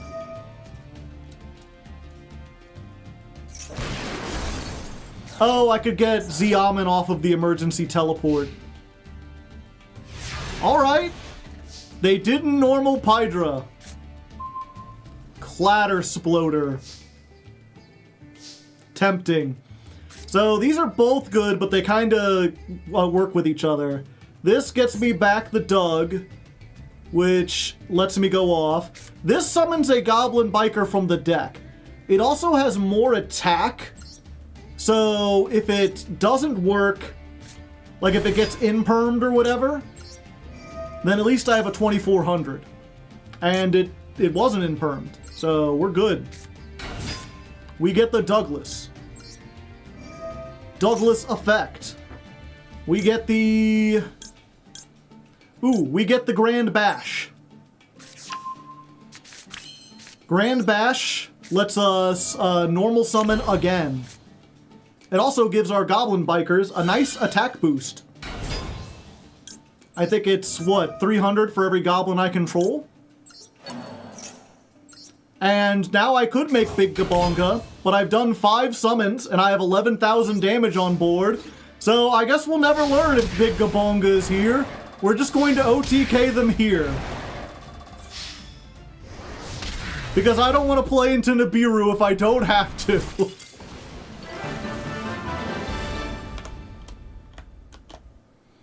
Impulse was activated, so Nibiru was out. I keep forgetting about that. It's fine. We're not gonna activate Big Gabonga just to get a counter to go up.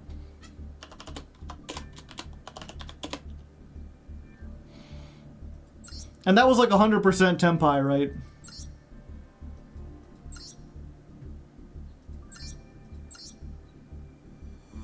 Yeah. Of course it was.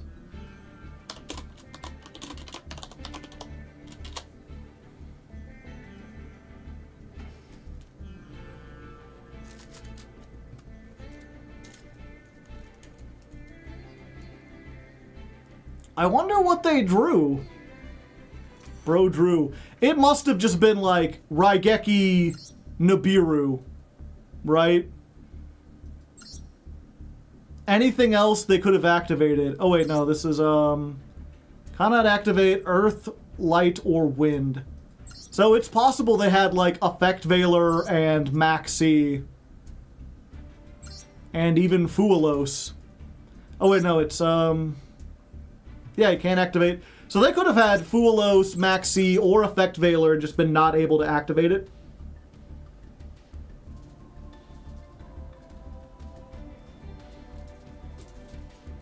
Could Tempai theoretically make Goblin plays? I think so. They have so many hand traps that conflict with Impulse. Yeah, well, what are they gonna do? Play the other one that, like, locks them out of fire? They're a fire deck, chat.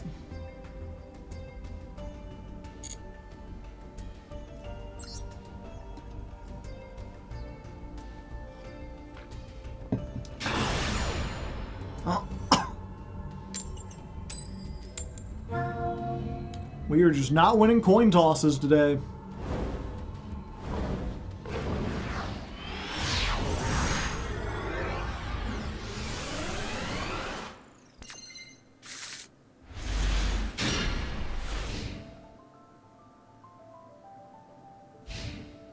Alright, 3 hand traps. You don't want to open with Sploder, but since we got Tracker, that does make Big Gabonga. Ah, it's one of those hands, eh?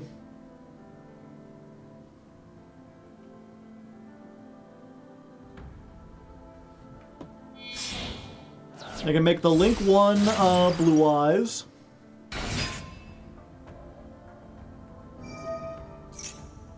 And we Imperm this. Imperm plays around triple tack. It plays around the fact that they might have like a called by. Maybe I should have done Effect Veiler because I can activate it during their turn.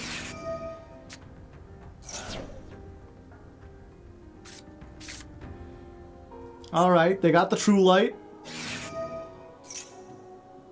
Set a spell. Show me wishes. Yes. 2 for 1. 2 for 1. None of us are having fun. All your plays are being stopped. And let's hope that's enough.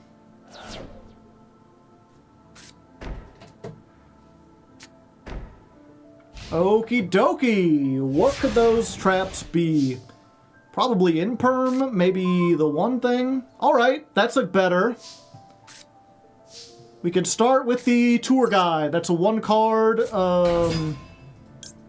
rank 3. In perm. Alright. They have ashed the tour guide, which is unfortunate. However, we still have Psychic Tracker. This says if you control a level 3 monster, you can special summon it. Bam.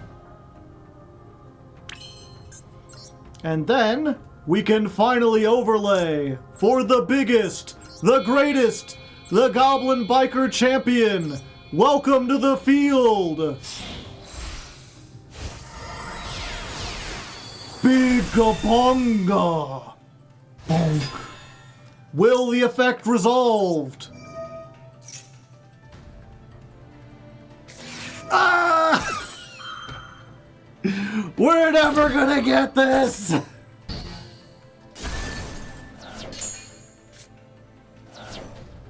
Welp!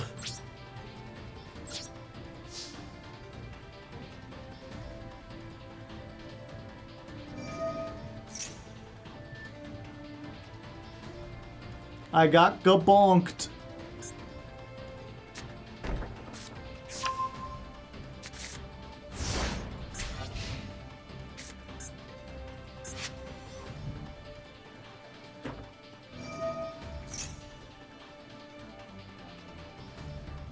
Valor in a dream. Yeah, we might be able to survive. It depends what our top deck is. It depends what they do here. They didn't get another wishes, which is strange.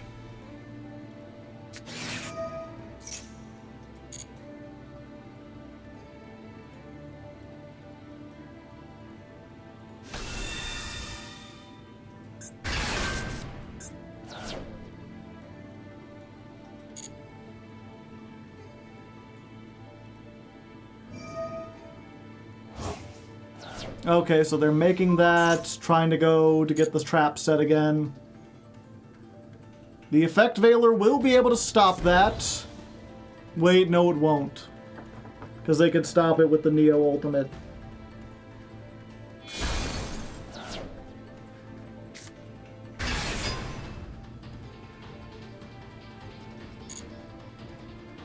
And this counts as Blue Eyes.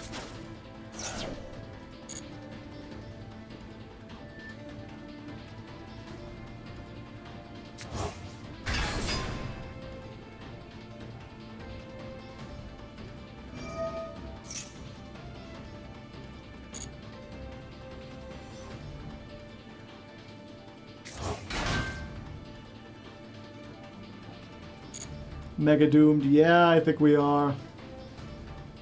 End of the main phase. Yep, let's try to bait this out.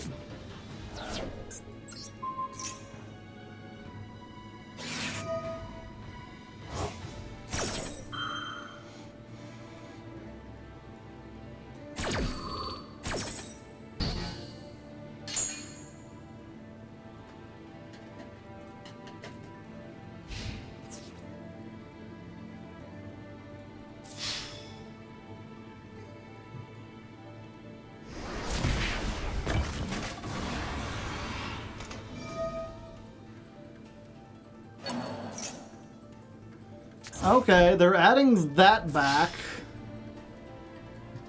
which does kind of suck, but it only activates when it adds cards from deck to the hand. So as long as I don't activate Gabonga's search effect, which is the thing that wins us the duel, we'll be fine.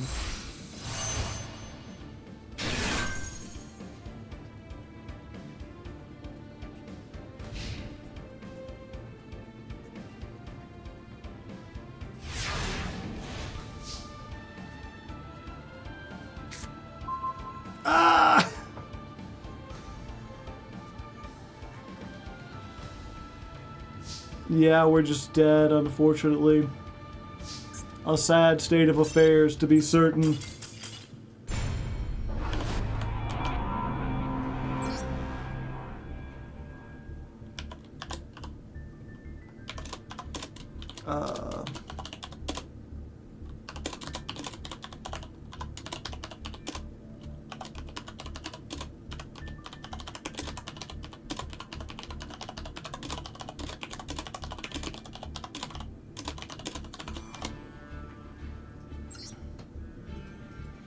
Yeah, if we see more blue eyes, maybe we should add in a third a ghost ogre back in.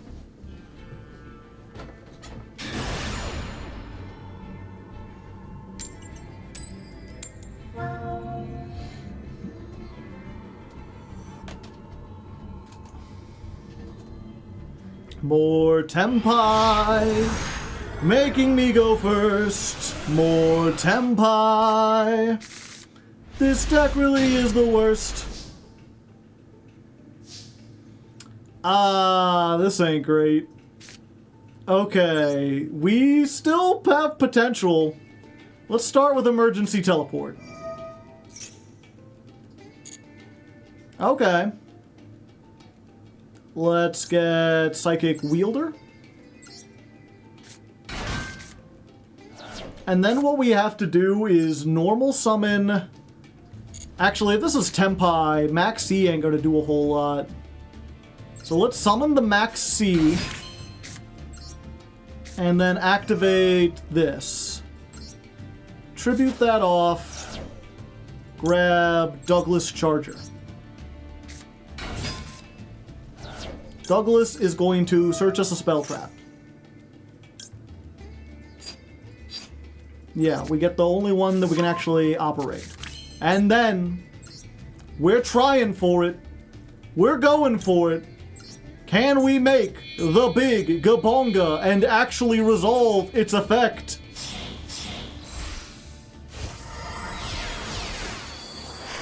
Behold! The biggest Gabonga. Activate? It has resolved! Wait, we actually want to go for Mean Merciless here. Yeah, I think so. Let me read this again. Yeah, we're gonna go for Mean... Yeah. Yeah, we're gonna go for Mean Merciless. And then we're going to activate this. Cowabunga. Okay, so we're gonna grab Goblin Biker's Gone Wild. So this is like a search spell. And then if we have an Ixie, we can detach a material from it to summon a Goblin Biker from our hand. So we're gonna put Doug in the graveyard, and we're gonna summon the Mean Merciless. Mean Merciless, when she's summoned, will summon a Goblin Biker from the hand. So we'll get the Gone Wild. Gone Wild, when summoned, will summon one from the deck. We're going to get Clattersploder. Clattersploder, when summoned, will summon one from the graveyard. We're going to get Douglas back.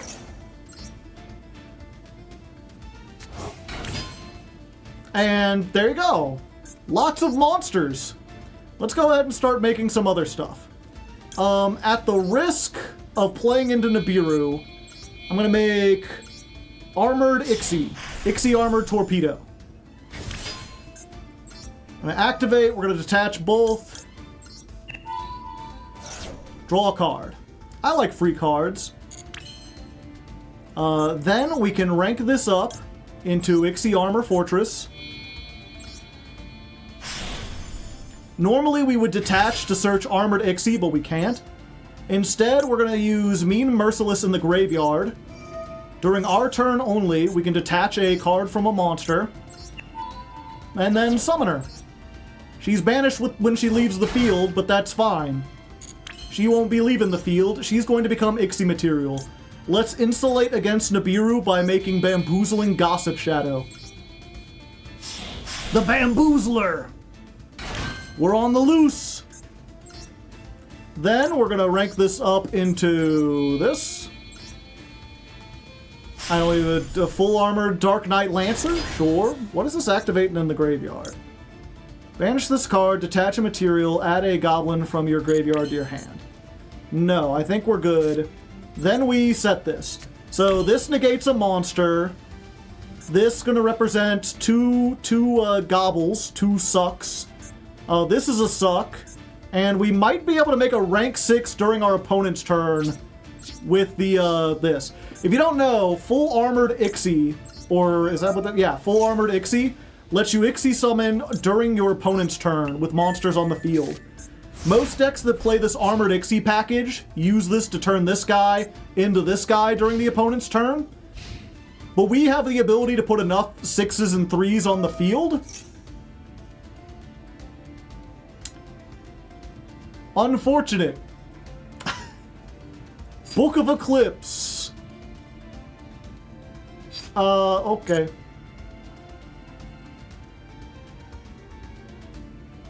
We may not be dead, but that certainly hurts. I'm curious if I could still activate this.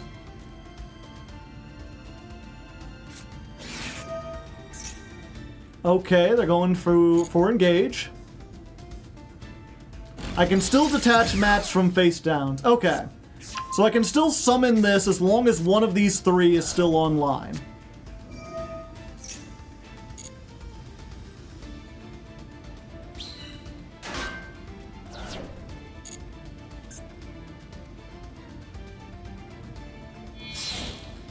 I think we have to affect Veiler the Kagari because that allows him to search anything and get more pluses.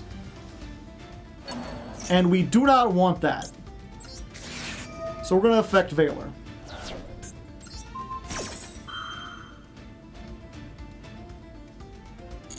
Now, of course, if they have the Tempai and then they start doing stuff, we've wasted our only negate.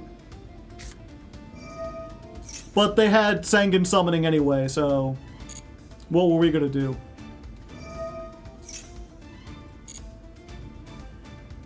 Even if I had the Veil, like they could have done that, and even if I had the Veiler, it wouldn't have done anything.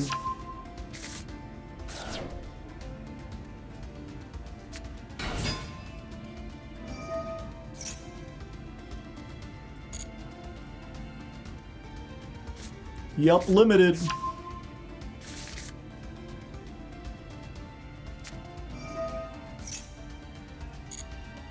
Oh, and they had the Chandra in hand too. I'm probably dead, but it really depends on how they play this. I've got enough defensive things and the ability to summon more that I might be able to just, like, play this out.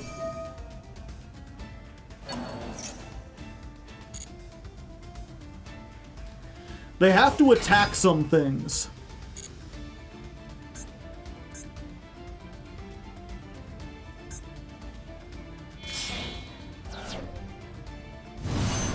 No, they're just going for Transcendent right away.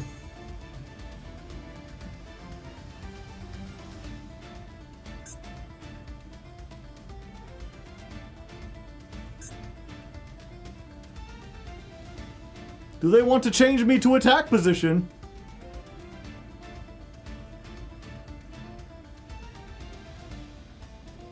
Doesn't look like it. End of the main phase.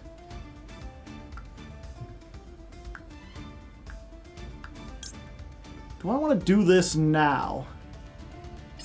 No. They only have 2 attacks. They still have the whatchamacallit. The Pydra in hand.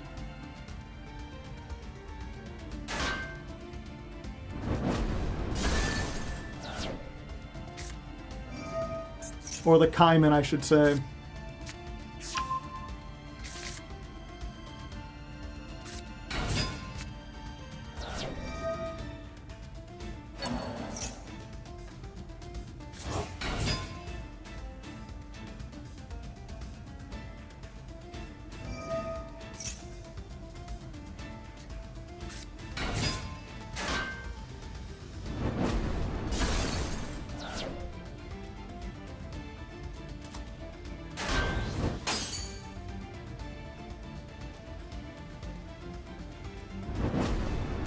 It's Jover. Yeah, looks like it.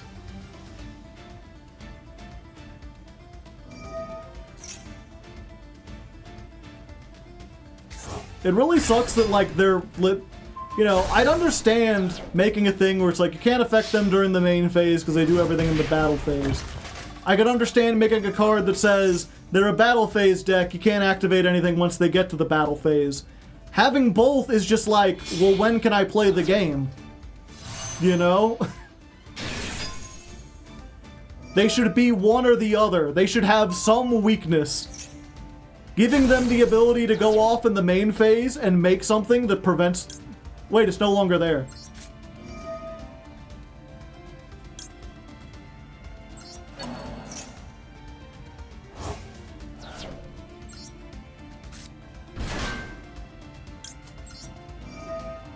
I think I'm still dead, but maybe this helps. No, it doesn't, because I can just pop it.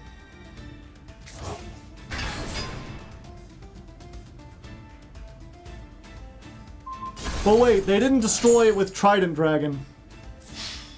This is only 6,000 attack, right? No, never mind.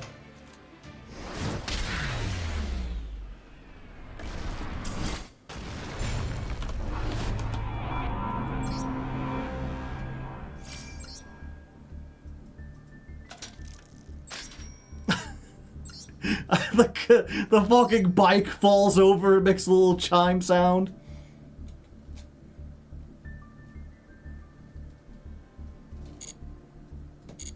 What a fun deck!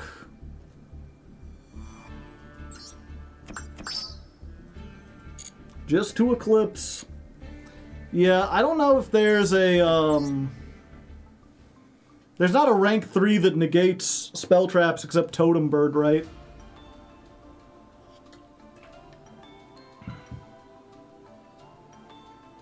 Why no Tempage emoji? You're the first one to suggest it.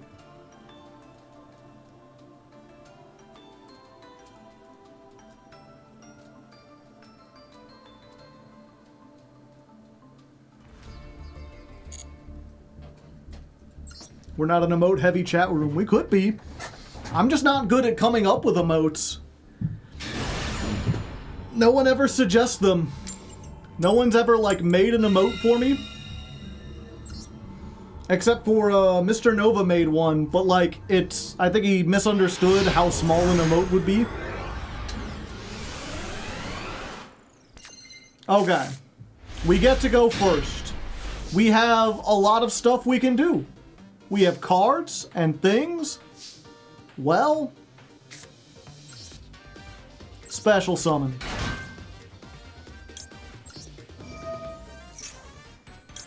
Give me my Takatomborg. We're gonna special summon the Takatomborg.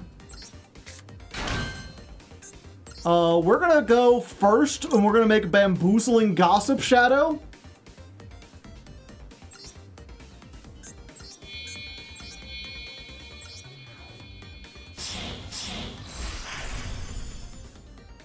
And that way we're protected against hand traps and stuff. Then we're going to Mean Merciless, because we happen to open with it. Let's get Gone Wild. Let's go Wild. Doug Charger. I'm suspicious. Anytime I don't get hand trapped, I start to get really worried. Let's get the Grand Bash, or the Grand Breakout. And we'll go ahead and make Big Gabonga. Will it resolve in a duel that isn't against Tempai? Where, like, it doesn't matter because they had all the board breakers. Cowabunga? Yeah, we did it. We already dug Chargered, so let's get Boom Mock. Add one to the Cowabunga counter. Okay, and then what we're gonna do is we're going to break out. We're going to tribute the Big Gabonga. I should have boom mocked first. It's fine. We're gonna get our Clatter Sploder. Clatter Sploder is going to bring back the Big Gabonga.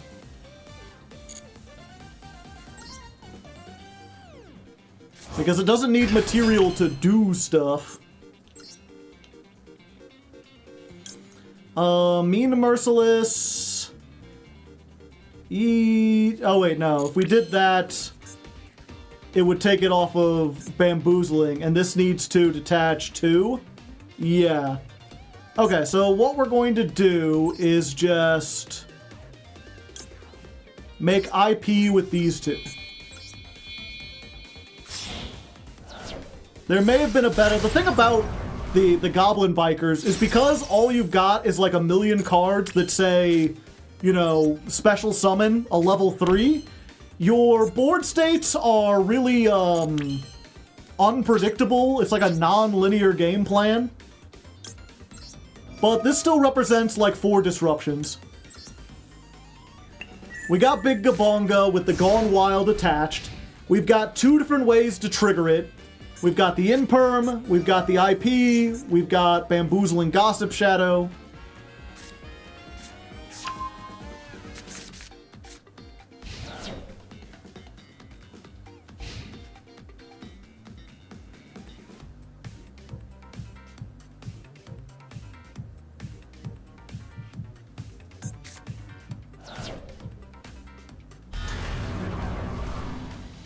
Okay, we're going for Diabell Star.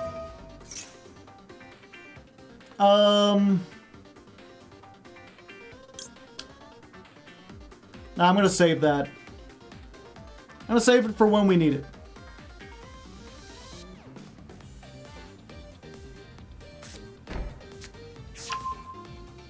They're getting Deception. That'll get them rid of 1 less card.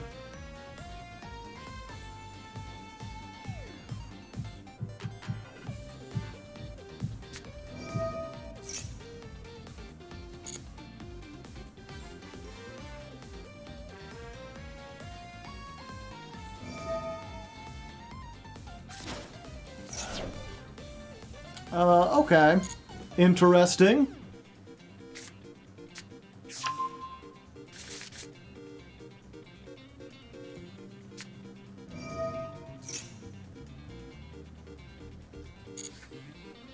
Alright.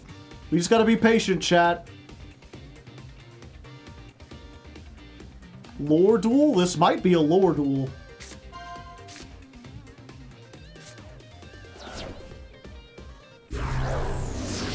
Okay, they're going for more Sinful Spoils cards. They didn't make the negate.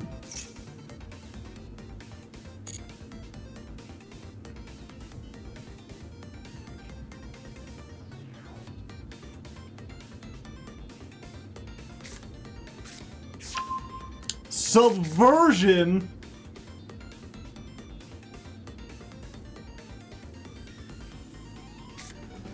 I didn't think people still played Subversion. They're getting rid of the Bamboozler.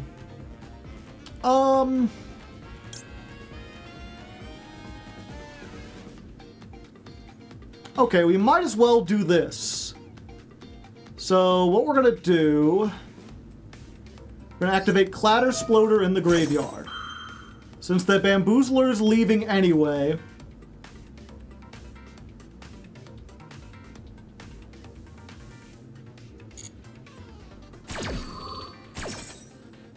We can detach a material from it. We can summon her. That'll go into the back rooms. Then that triggers Big Gabonga because a card was detached, so we can get rid of this. And then Clatter Sploder activates, letting us get Gone Wild out of the graveyard.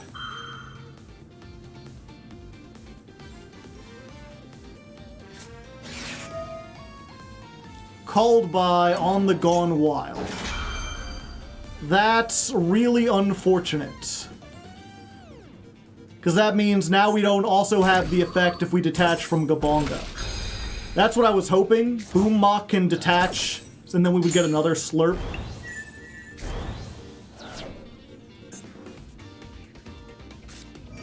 We do still have 2 disruptions, chat. It's not over yet. We're not out of this ball game. Not by half.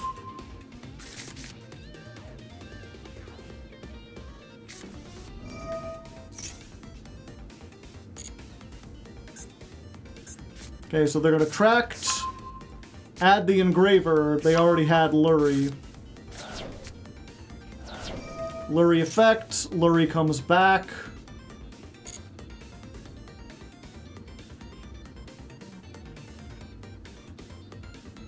I think the play here is SP banish the Lurie. Because they don't have any other light fiends to summon back the engraver. And that just kind of like stops the combo.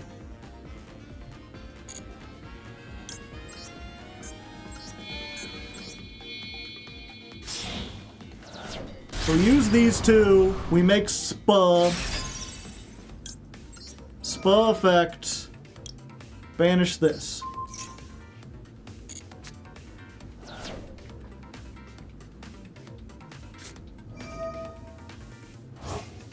They get to draw 1 card.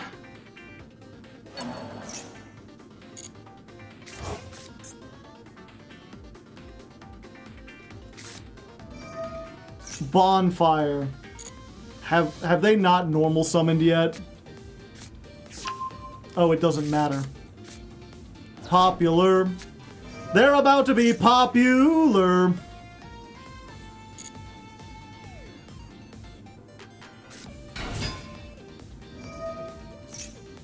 Yeah, we have to imperm that.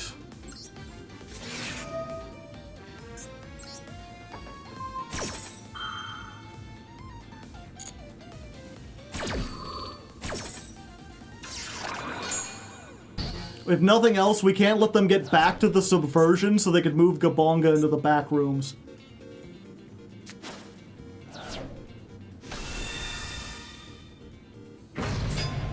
They hadn't normal summoned yet.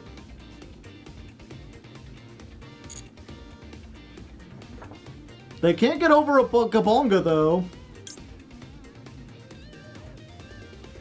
Okay. So they get rid of the SP. Oh, wait. Banish detached materials from goblins. All monsters your opponent controls lose 1,000 for each material detached. Surprise! Secret effect!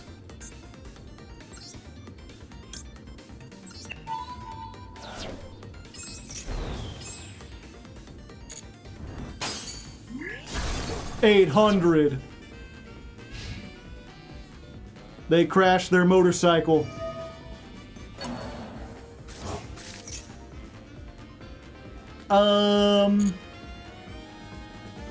That is unfortunate, but also I think SP prevents this from doing whatever they want to do. Like, they can make Engraver, they can summon the other one, and then when they go to attach the Requiem, we just banish the Engraver until the end of the turn.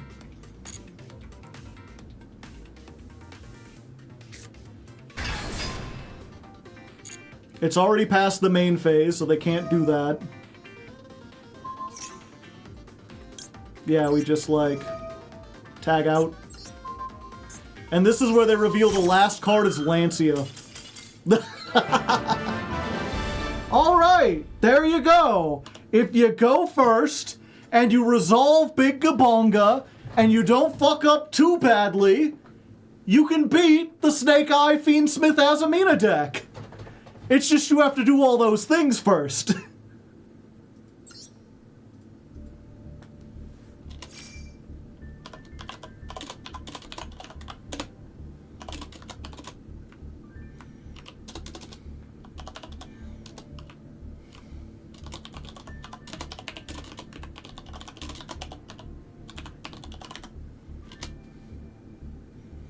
Lancia only works on the opponent's turn.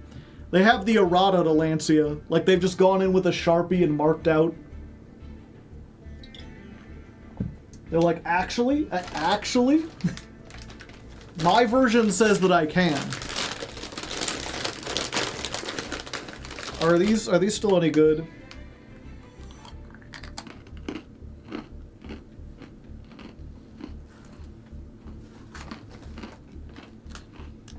It's kind of hard to tell if pretzels are stale, because they're kind of like they're kind of like stale all the time, right? Especially like the big sourdough pretzels.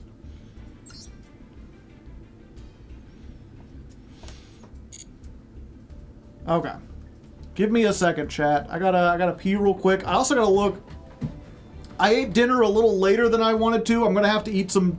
I ate lunch later than I wanted to. I didn't have time for dinner. I'm gonna have to eat dinner during stream. I think I have something I can make up really easy though. So I'm gonna take a moment to look at the to look at what I got in the kitchen while I'm taking a wee break. In the meantime, while I'm gone, let's give you a song to listen to. Enough about that. We're back. It looks like I got two options, chat, that like I could do while the stream is going on. I've got some leftover pizza. I could microwave that in a few minutes, or I could have a nice bowl of golden grams. The big cereal dinner. I feel like the golden grams would probably be healthier. I had something greasy for lunch. It'd also be harder to duel while eating cereal, though. Hey, Hardleg. Hey, Frankie Borg. Alright, I'm going first. I'm ready. I'm prepared. I've got big opener. If they Asher in perm this, we could Psychic Tracker and still make Gabonga. Gabong. Oh, hey. I guess we get Mean Merciless out of the deck. If you have it, their effect will be negated, but if you have another Goblin Biker in hand, it's probably better to make her. Let's go and summon this while we can. And now, the moment of truth. Will we get a Cowabunga or a Big Gabummer? Activate the effect, Big Gabunga! Oh, we did it! Douglas Charger! I don't think I've actually been able to show this effect yet, but if you activate Douglas, he can detach a monster from an Ixie to summon himself. So he's an extender and a starter, but he's way better as an extender, because then you get a monster on the field plus other stuff. So let's go ahead and grab our Grand Bash. Let's go ahead, because we haven't seen anything. I want to bamboozle, play around any Nibiru we might have to run into.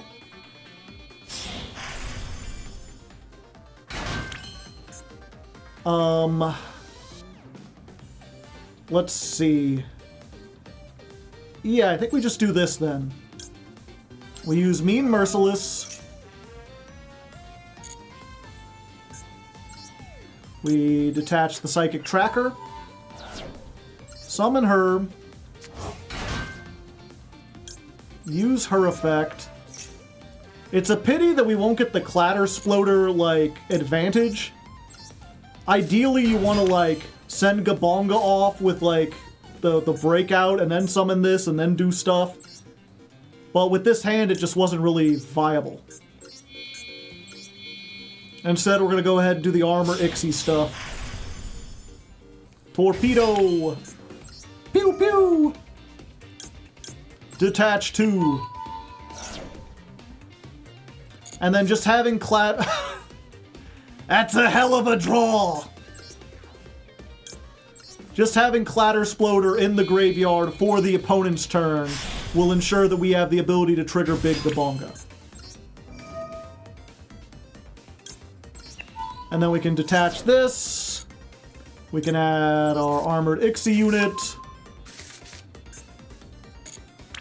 The one frustrating thing about playing this on Master Duels that anytime an Ixie detaches, Gabonga is like, you want me to slurp up your own cards? And I'm like, no, I'd prefer if you didn't. Okay, and then we set this, and instead of using this as an extender, we can use this to help bait some interaction. So we've got so much stuff, chat. This is 2 disruptions, this is a disruption, this is a negate. We got Maxi, Ghost Ogre,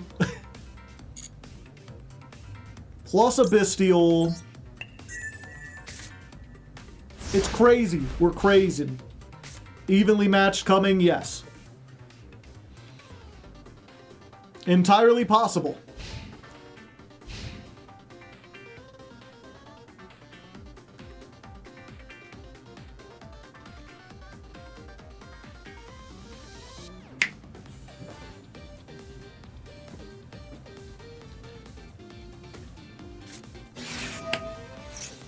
I'm sorry. Metal Foes?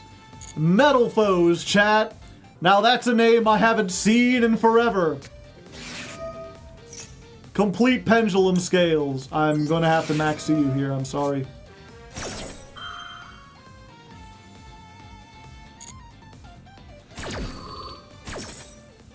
We could have had a much more back and forth game, potentially.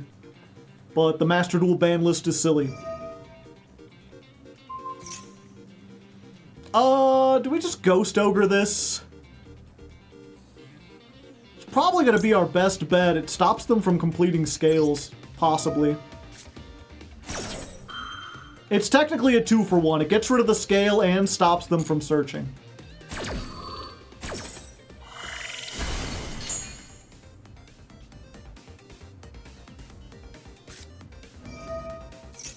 Okay, they do have another scale, but it's not the flavor they want.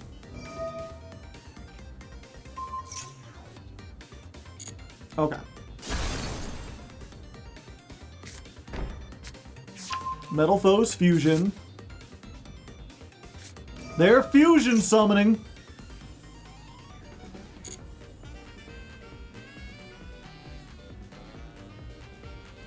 I don't think any of the fusions... Oh wait, they could make Alcahest. No, they're making Mithrilium. Okay, and then we just do this. Clatter Sploder, end this whole career. So we detach from Big Gabonga to summon. Trigger Clatter Sploder. Trigger Gone Wild. Trigger Big Gabonga. So Gabonga, get your monster. They're Goblin. Oh, and then we trigger this, sorry. And we're gonna take the scale. Yeah, this just feels unfair playing against Metal Foes. I get to slurp up your spell trap. I get to gobble up your monster. I get to bring out this. I get to realize that I've just turned this off by getting the wrong monster. But it's fine, I can also Grand Bash and get something.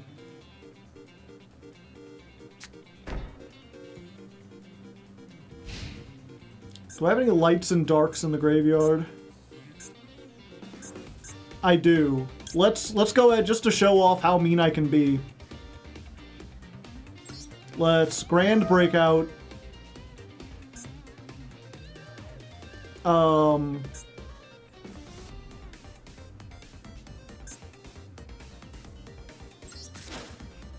Tribute that. Get another Gone Wild. Now that we have 2 level 6s, we can full armor Ixie. We can make Goblin's Crazy Beast. And then that lets... It's during the opponent's turn, you can slurp up spell traps they control. So we just had everything. We just had everything, and it's unfortunate that we only got to show it against I mean, I do gotta give it to him. I don't know how you got into Diamond playing fucking Metal Foes. I mean, you have Diabell Star, I guess, as a Mina Metal Foes? As a Metal Foes? I guess that kind of makes sense. But I don't know how you got into Diamond playing no hand traps and 1 board breaker. This must have been some climb.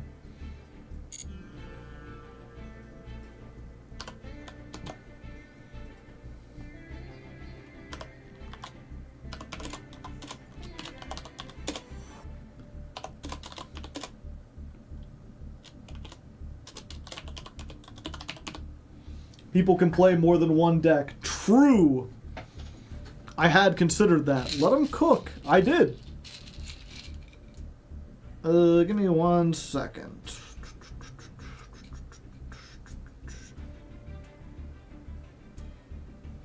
$15 to 16 minutes before. Okay, I think I'm just gonna have the pizza for dinner chat, which means I've got to take one of my acid-reducing medications because I'm old.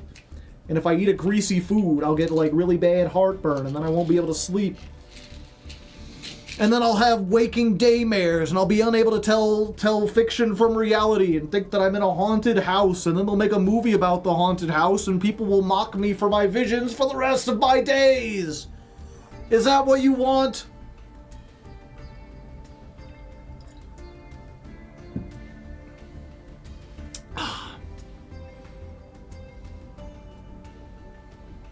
Are you in a haunted house? Yeah, I mean, kinda.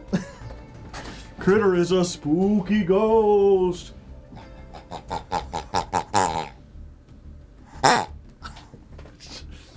Is that what I want? No. I'm not what was it? I remember it was, I forget what movie. I think there was a movie, it was called like A Haunting in Connecticut, where it was like an 18-year-old kid, and they got some kind of cancer, which is always tragic. And they were on chemotherapy, and it had them like really out of it, and they started seeing ghosts. And their parents like reported the ghosts, and they had ghost hunters come over and like investigate the house, and found out that like something tragic happened in the house like 100 years ago or something. And then they like changed the kid's medication. Like the kid improved, like they survived. And they got off chemotherapy, and as soon as they did, all their ghosts and stuff disappeared.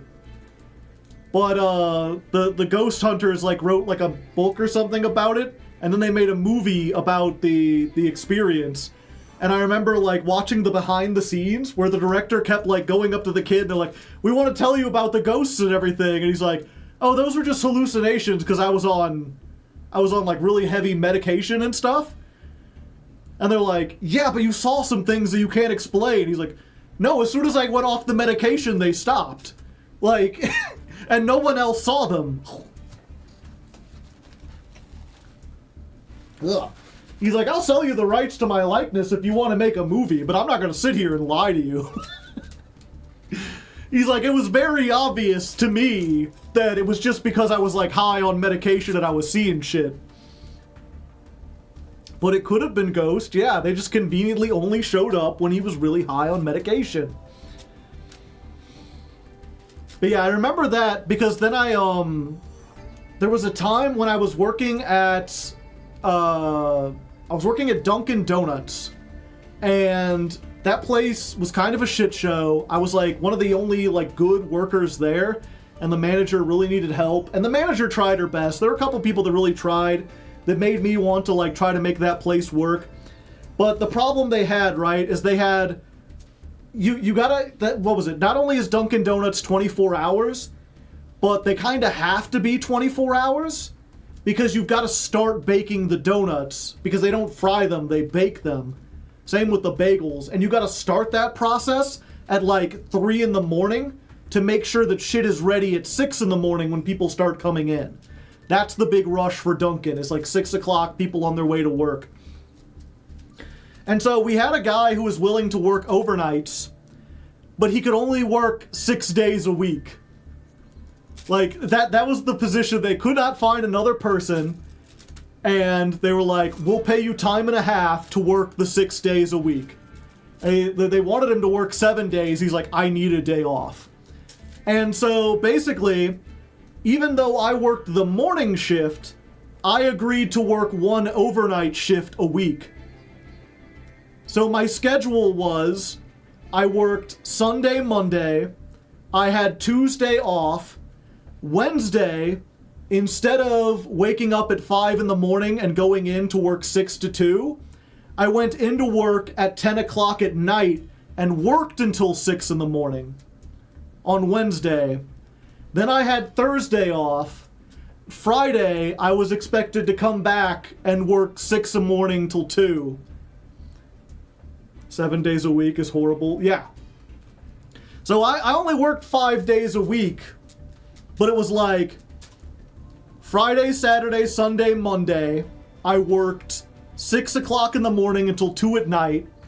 And then Wednesday, I worked 10 at night until 6 in the morning and did an overnight shift. And then I had 1 day off buffer on either side of that 1 overnight shift I did. Needless to say, my sleep schedule was completely fucked. Yeah, that is not a livable human schedule. You cannot go from waking up until 6 in the morning to staying up until 6 in the morning. Especially in a job like that, as stressful as it is. When you work the overnight shift, you are utterly alone. There's no managers there, everyone else's leaves, it's just you making donuts and serving whatever people come through the drive-thru at like 3 in the morning. It's very stressful, even though hardly anything's happening, because anytime there's like a knock outside or even just like an order, it's like you're in your zone, you're doing stuff, you're already exhausted, and then suddenly it's like, you guys open? And it's like, sweet Jesus. And then, of course, having to work, like, on my regular days, basically the breakfast shift. Really high stress, really fast. And the thing was, basically the breakfast shift, you had, like, 10 people on the floor, but most of them only worked, like, 6 to 9. I had to stay till 2 until the afternoon shift came in, and oftentimes they didn't, or the afternoon shift was, like, 3 hours late, so I ended up staying 3 hours late. So all of this is to say, I wasn't sleeping well, I was very stressed, I often had to stay up really late and then shift my schedule to go away in the morning, and it was around that time that I was convinced my house was haunted. I started seeing ghostly figures out of the corner of my eye. I started thinking that I saw cloaked figures standing outside my window at night, and then they would disappear when I looked. I had dreams that people were like whispering into my ears. I remember doing Google searches specifically because there was like a thing I kept seeing, which was like a figure in like a white porcelain mask that was like completely blank, and it just had a big red dot on it. And I was like, what does that mean? Is that, I'm not familiar with that kind of symbology. And I remember like trying to look up folklore and shit to figure out what it was. And eventually during that time, I remember I had a shift, and I was working in the morning, and 2 o'clock came, I was supposed to be off, and the person didn't show up for another hour. They finally show up, they're like, oh, I'm so sorry I'm late, give me 1 moment, I'm just gonna run literally next door and grab a drink and I'll be right back. And I'm like, okay. They go off, 10 minutes pass, 20 minutes pass, they were just supposed to get a drink. I'm the only one at the store at this point. I go next door, they're not there. I call the manager, I'm like, I'm fucking tired of this shit, and they're like, well, no one else will come in. Just stay there, I'll call the girl who's supposed to be there, we'll get someone there. I'm working, and then we had like a rush of like 5 cars backed up in the drive-thru, and it's just me, and I've been there 4 hours late. And I it was like one of the few times there were like people in the drive-thru waiting on their orders, and I heard that ding again of someone else pulling up, and I just grabbed the headset, slammed it on the ground, and walked out the door. I just abandoned the store. Like, no one else was there. I left. I was like, fuck it. I'm done. I leave. I will deal with whatever consequences happen. So I left, and what was it? I was really good at getting new jobs. Like, the very next day, I showed up at Steak and Shake and was like, I have 10 years of fast food experience. I can work anytime, any shift. I'm used to working like 50 hours a week. I have experience with all this different stuff. And they're like, you're hired. And I was like, I can start next week. I need a week off. And I took a week, and I just slept and relaxed and enjoyed myself. And you know what? All of the ghosts disappeared. All of the paranoia that I had, all the things I was seeing out of my corner of my eye, completely disappeared in that week when I relaxed. It was completely gone. And ever since then, you know, some people have that experience where they experience something paranormal and they're like, that's what made me believe. That's what turned me into a believer. This is what turned me into a stone cold skeptic. This experience of seeing something that felt so real that I was sure it was real, and then in hindsight, realizing that I was just sleepy and stressed. And that a sleepy and stressed mind can do crazy shit and make you see things that you wouldn't have believed otherwise. So what you're saying is ghosts are real. No. What I'm saying is the people who think ghosts that are real are completely wrong. But I understand why they can believe that, because people really want to trust their senses. To a lot of people, the idea that there are invisible creatures walking around you, and some of them may have ill intent, is more comforting than the idea that maybe they see and hear things that aren't there. Maybe their mind isn't reliable, and they can't trust their own senses. They would rather believe in ghosts than believe in hallucinations or the invalidity of their own mind. Ghosts are real, not full quote, yeah. Anyway, I hope you enjoyed Story Time with Joe. Let's get back to the duels, shall we? You can't fire me, I quit.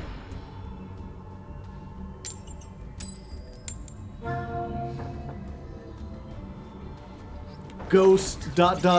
real ... I wish I could clip that full story. It was at least 3 minutes. I don't know, maybe we could turn it into something. Alright. This is a problem. Oh, we're going second. Against Memento. And with no hand traps. You know what? You got it, boss. Go next. Upload that story on a channel as a short. I'm not sure if I can, you know what, let me write this down at least. 246 Story Time with Joe. Don't include in the video. I'm writing this for myself so I can export it as a story. It's just a question of what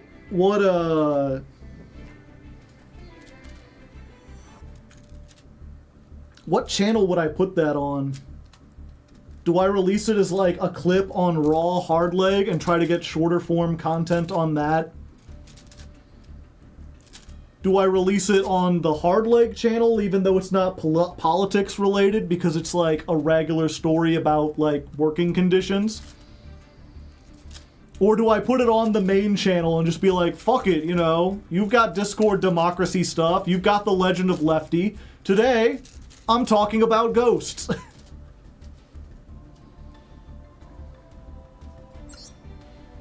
Just do it on the main channel. Isn't working conditions political? Everything's political. Somebody's taking a ride to Sleepy Time Junction. Dun, dun, dun. Somebody's so tired they can hardly function. Dun, dun, dun, dun, dun. And so they're taking a ride to Sleepy Time Junction. Okay, so we're gonna start with this. Their name's Sleepy, by the way. That's why I put that up there. This probably doesn't resolve 100 times out of 100. But you can only normal summon this if you control no monsters. So we do this first. Oh, or if all the monsters are goblins. Okay. I guess it don't matter. Oh, there was a chance they hit this with, like, something that destroyed it, and then we'd want the Clatter Sploder. Fortunately, we opened with the Grand Bash, which is normally a one of you want to search, but in this case, we can normal summon like this. So there's Clatter Sploder.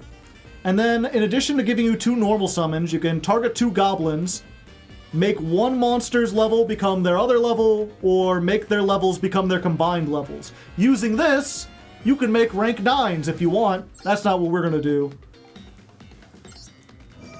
We're going to target this and this. Select a monster to change its level. We want to change this one's level. It is 3 now. And then we make Big Gabonga. Now, will Big Gabonga resolve?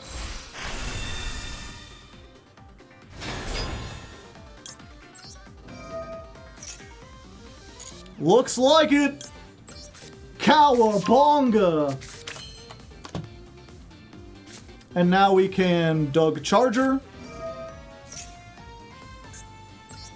We can detach the Clatter Sploder.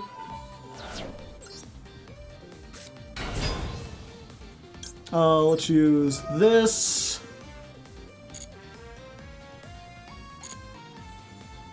I think this is the safer one. Normally we would Grand Bash and we would tribute this to get a Clatter Sploder and then bring it back. But if they have Ash, then we lose our only potential disruption. Plus we've already got a Sploder in the graveyard. So instead what we're going to do is this. We're going to Grand Entrance. We're going to grab... Accept Clatter Sploder. Okay. I think we just go for Boom Mock. Yeah. Add Boom Mock. We'll use the effect. We'll attach this. We'll get this on the field. We don't want to use either of those effects. And then I think we're just going to do the Armored Ixie line. If they've got Nibiru, they've got it.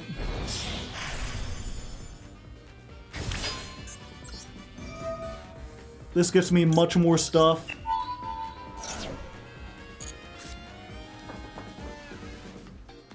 No.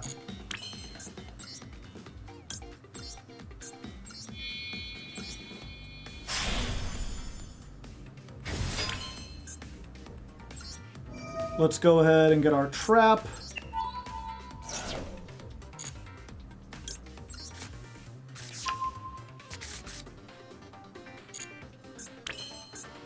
And then we make this. So we've got the full armored Dark Knight. We've got the potential to make a rank 3 during the opponent's turn. We can summon whatchamacallit, Ghost Ogre. Although we have a Ghost Ogre in hand.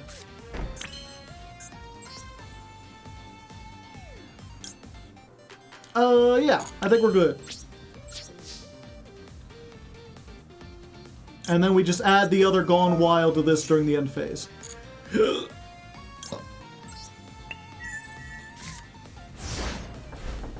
E-Telly follow-up, yeah. I just realized we're up against a 60-card deck. No wonder they have no hand traps.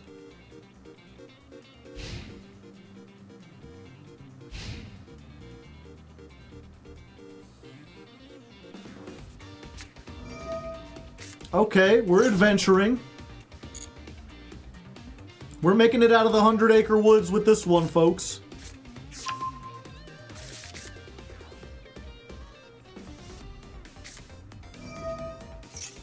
Perform the rite of Aramasir. It's pile time, yep. And I cannot attach the token as Ixie's material.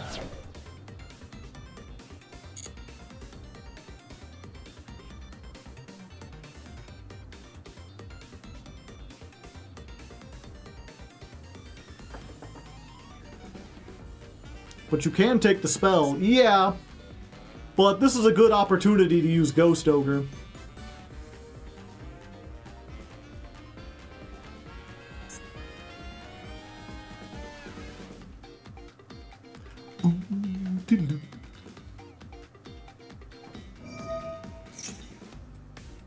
Yeah, we Ghost Ogre here.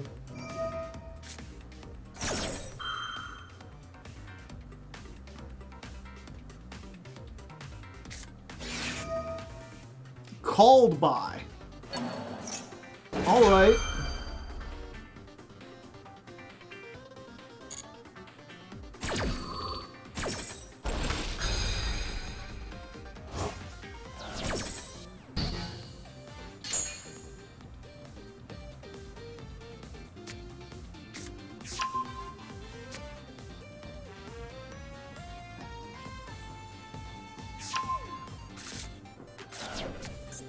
Is that a fucking prank kid?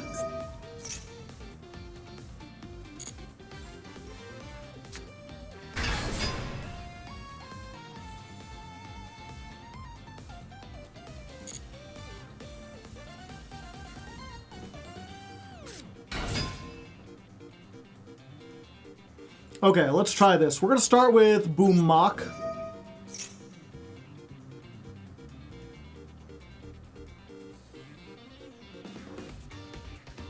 Do you want to negate that?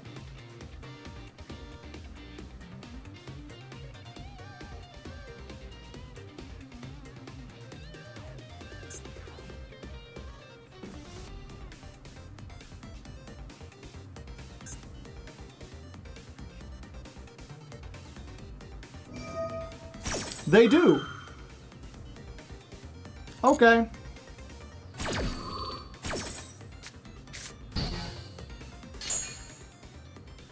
In that case, Clatter Sploder. Let's detach the Gone Wild. All the effects time. Let's go ahead and activate the Gone Wild in the graveyard.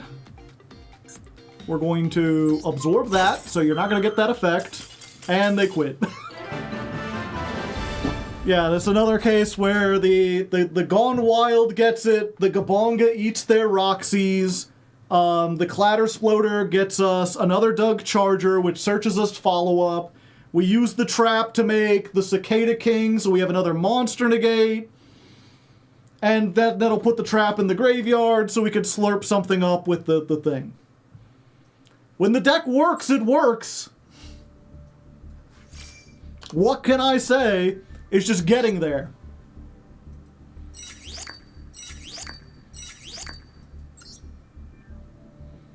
Boom Mock is once per chain, yeah.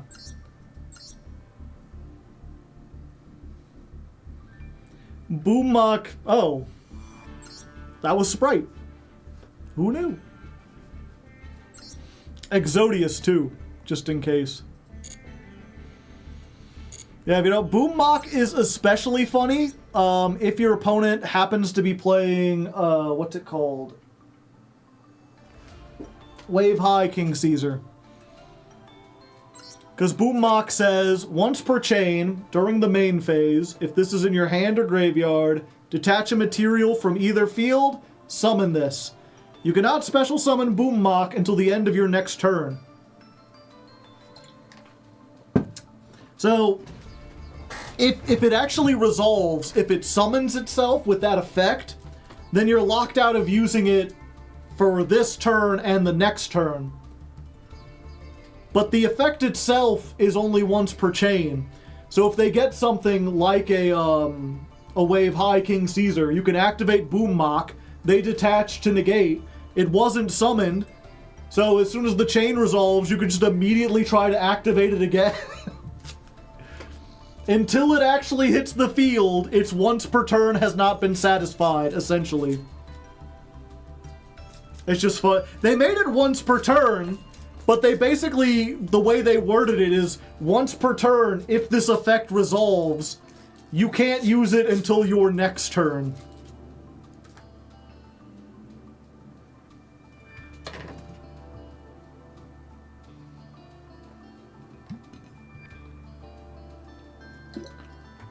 Okay.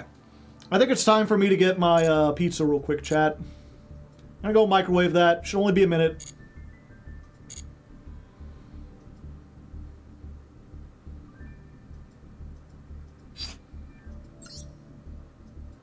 In the meantime, let's...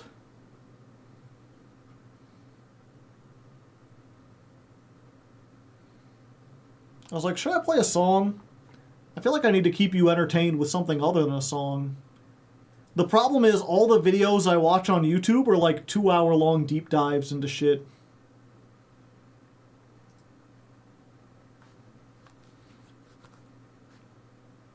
And that weird, like, Popeye thing I showed you yesterday.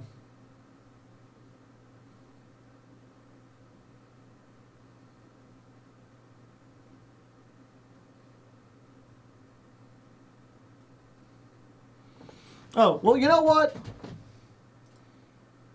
Here's a deep dive thing. We can watch the beginning of this while I get pizza. This is, I think I've talked about this guy before. His name's Grimbeard. He does cool, like, video game reviews. He's, normally, I hate skits, chat. I've never been a fan of skits. 99% of them are cringe. I always skip past them. These people always think they're comedians, and they're never good. I really like Grimbeard's skits.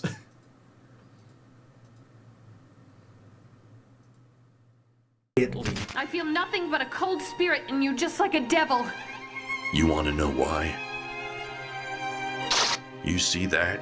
Last week I decided to shave my chest. All the best fighters do it, so why not me?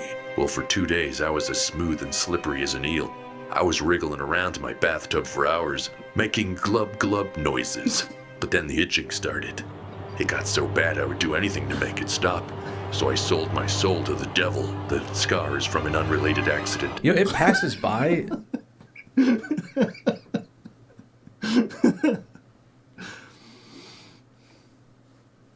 Hello, Mr. Joe. Sorry, I was wondering if I may duel you. I have specific days for that.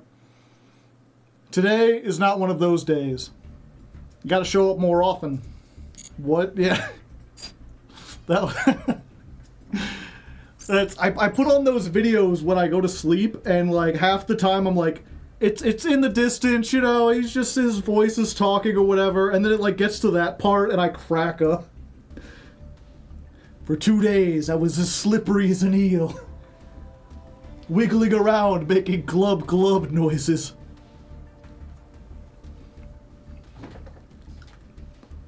Then the itching began. Yeah. I just like every single line of that is just said with this like intensity of like a 90s action star, but in the most absurd situation. You want to know how I got this scar? I shaved myself. It was great. Then the itching began. It's like, oh, okay, I see where this is going. And he's like, and then I sold my soul to the devil for power. The scars from an unrelated accident.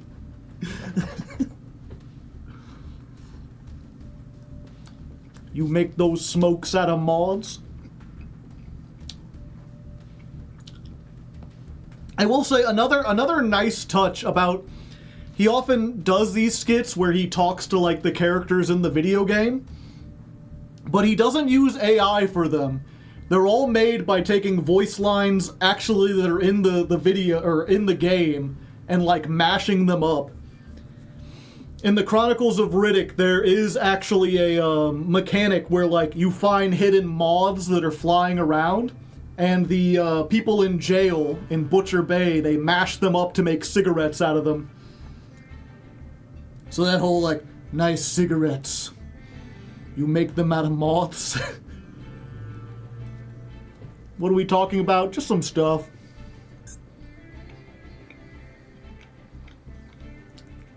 Oh, my bad. I didn't know, yeah. Maybe if he uses AI, it might make... I feel like having the limitations of only the certain voice lines results in him having to make funnier and weirder scenarios to fit what he has to say. If you can make Vin Diesel say anything, you could make him say a bunch of stupid stuff. But the fact that, like, he calls something monsters in the game led to this interesting interaction where he's like, you know, interacting with the monster energy.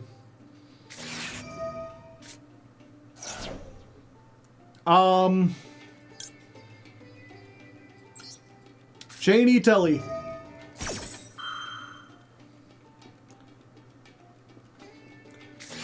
Ash. Okay.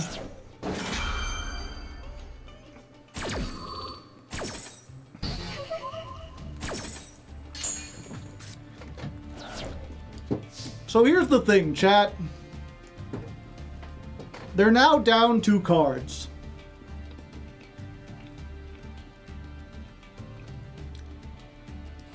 You don't really have an off-ramp in this deck.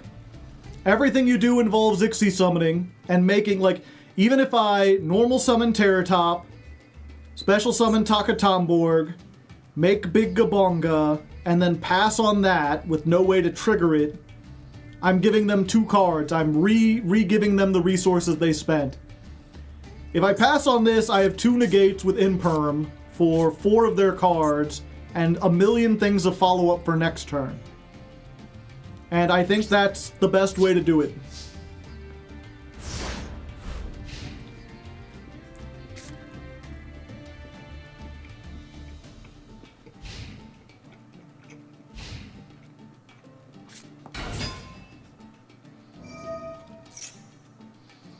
Yep, 2 negates isn't much these days, especially when, Blue Eyes.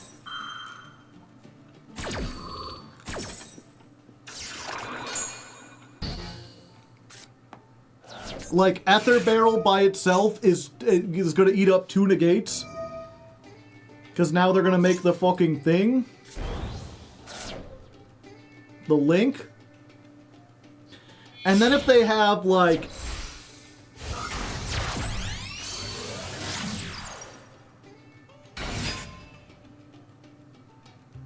You know what?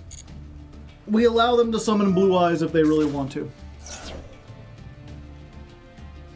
We already know they have this. If I could keep them off of this, then it would be worth it. Okay. Alright. I gotta assume that's Majesty.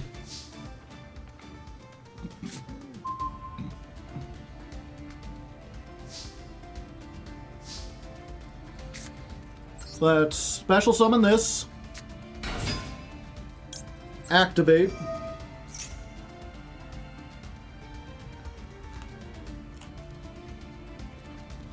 It's Majesty. It could also be Drill Beam, chat.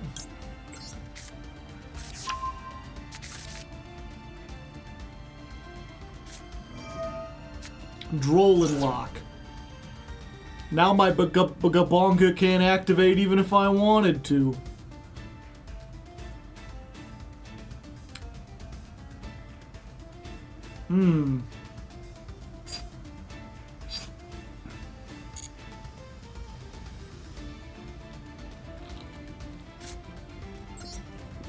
Special summon this. I've got 2 options, chat.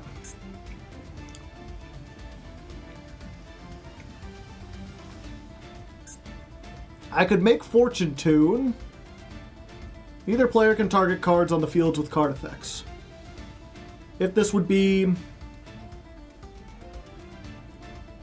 Destroyed by battle, you can detach one material or card effect. Oh wait, this is just the way to go. I make Zeus here.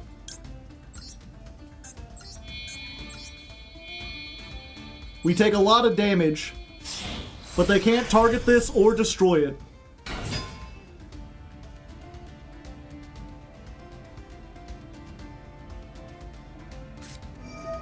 Drill Beam.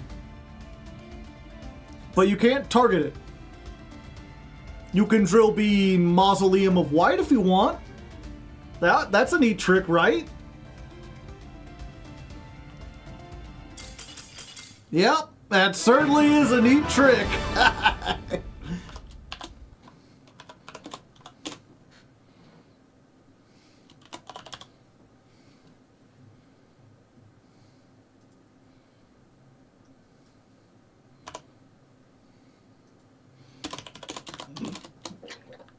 Ugh. Ugh. I had my antacid medication, but just had a little acid. Don't like that. Reed, smartest Blue Eyes player. Yeah, it's fun. I was like, there's no way that they already had the drill beam, right?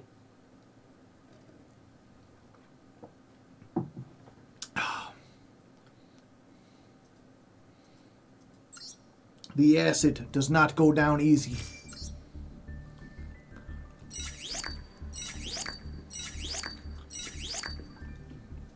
What are you selling?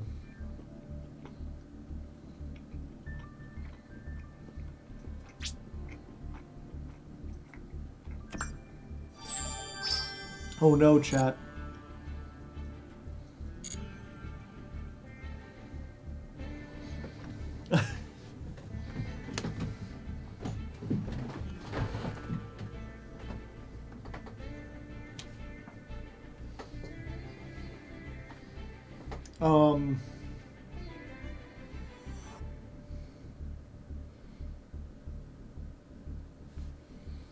I was trying to think of how... The thing is, I was like, have this be behind me. And then when I rank up, like, transform into Goblin Joe. But I am not sure how to do this.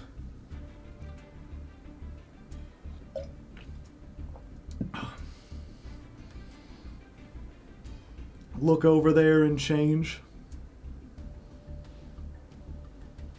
Yeah, because the hat has to go on my head.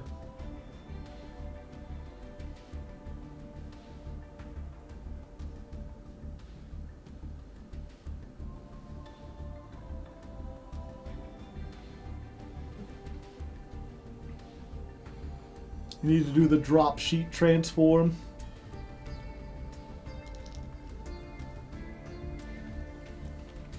Walk off screen.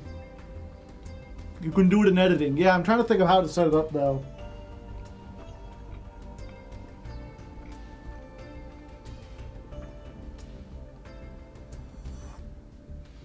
The problem also is that like the background is going to continue to do stuff.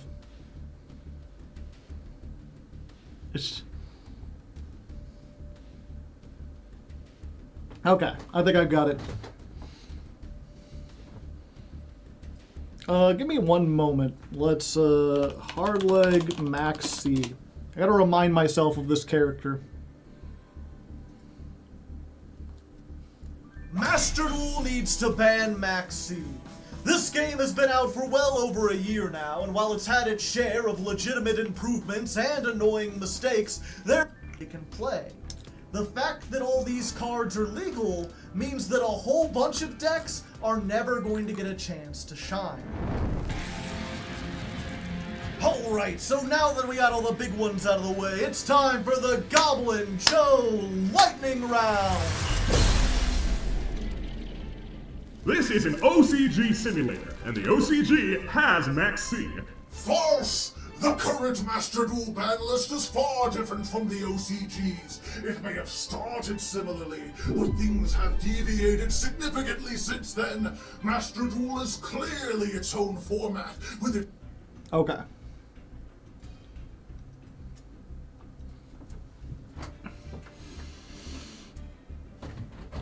We're gonna try this. Alright, it's been a... okay. Alright, it's been a long evening so far, but we've slowly been working our way up. Just one more duel and we get into Diamond 4, and then we can... No. No, what are you doing here? Please! I can't! Not again! Not while Maxie is still there!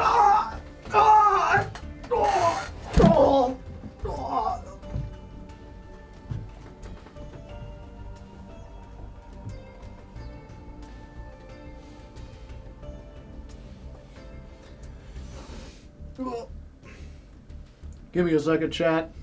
Obviously, editor, you're gonna cut through all this part. We're just gonna do a jump cut.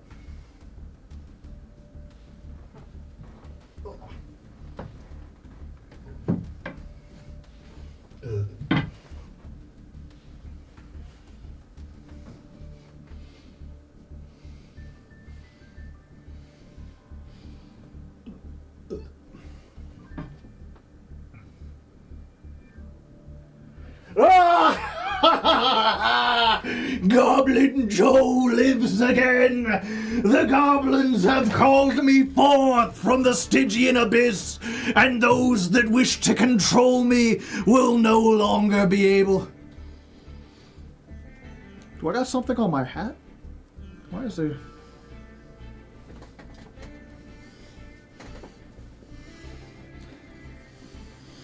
What the heck? There's like dust and shit on it.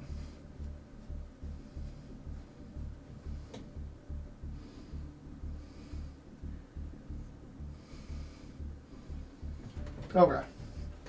The chair has moved significantly. Okay. So we're going to do this differently.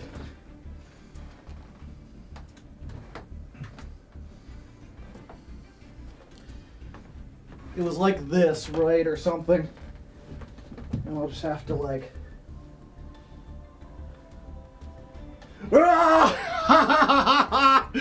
Goblin Joe lives again! The allure of Gabonga has called me forth from the Stygian abyss, ready to fight once more on the side of the Goblinos.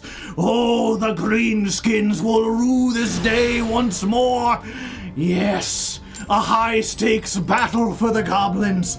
The coin toss means not, as long as that fiend Maxie is kept at bay.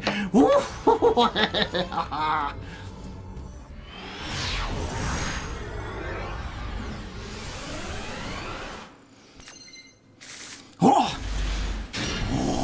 no, nothing but starters for me. And my opponent, what do they have? Oh, the rabbits, hopping around with their heads full of ears like they know everything.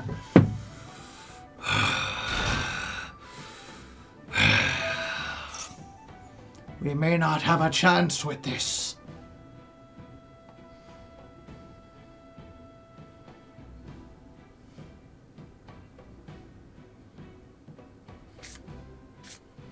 Yeah, we'll have to see. This may be one where we just do a retake.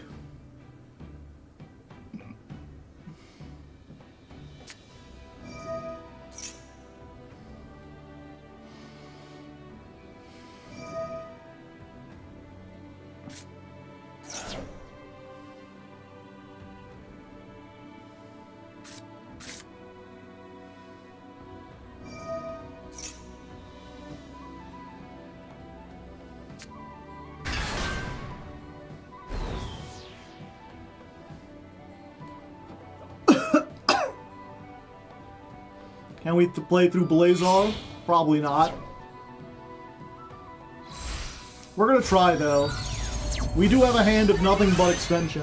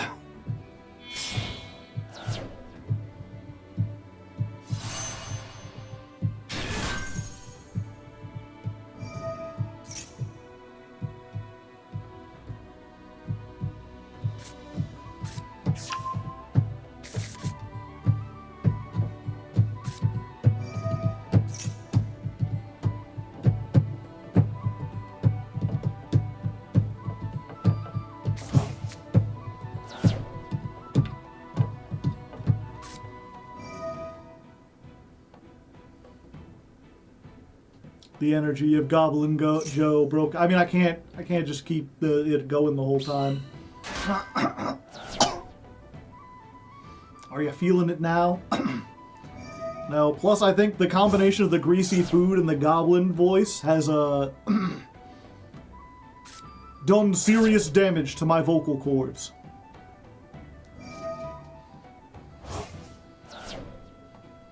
Unless something really funny happens, we're probably just gonna pretend this one didn't happen.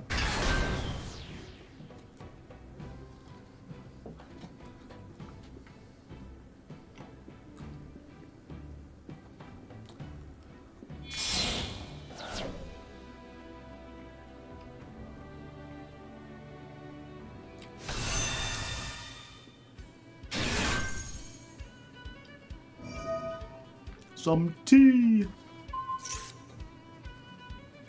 Tea for two, two for tea.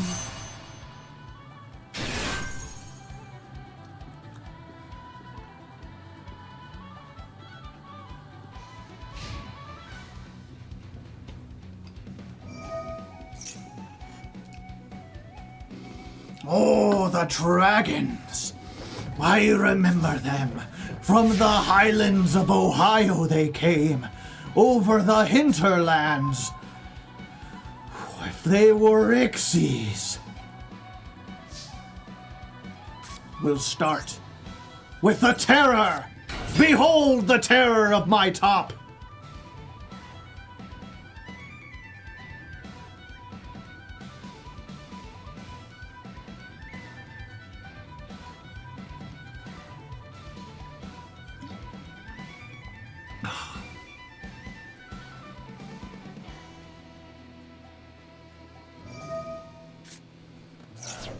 Oh, negating my summon, are you?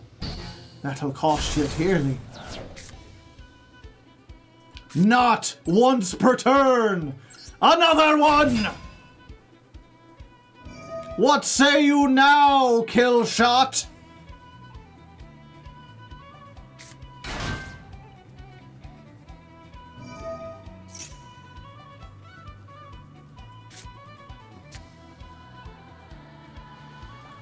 And now, I special summon the Takatamborg.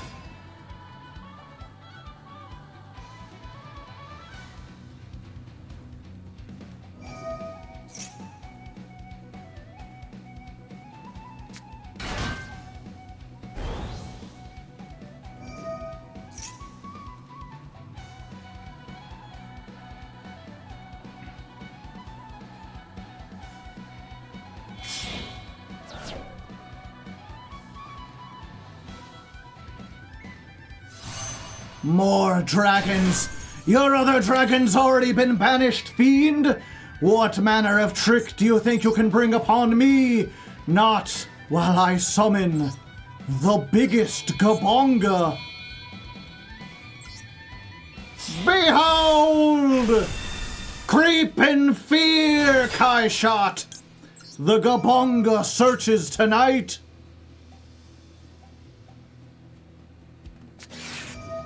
Ah!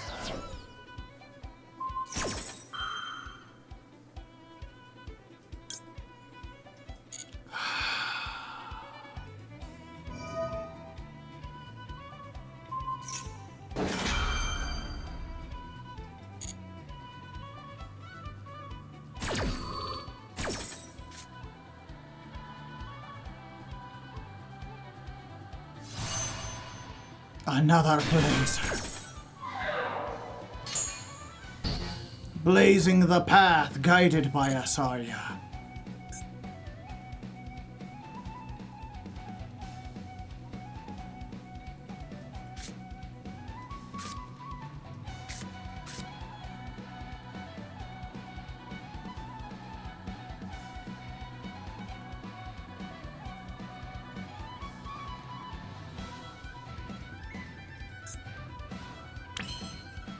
All right. Douglas Charger, charge your way onto this field.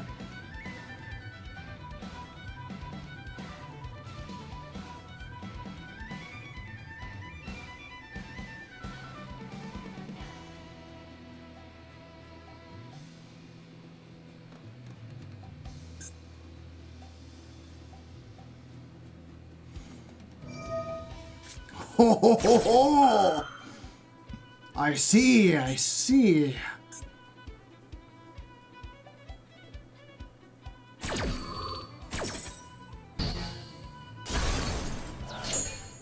Douglas has died, but his memory will live on. So many options. I have not normal summoned yet. First, let us boom mock.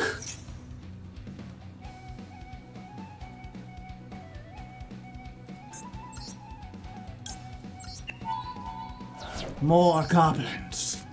More goblins.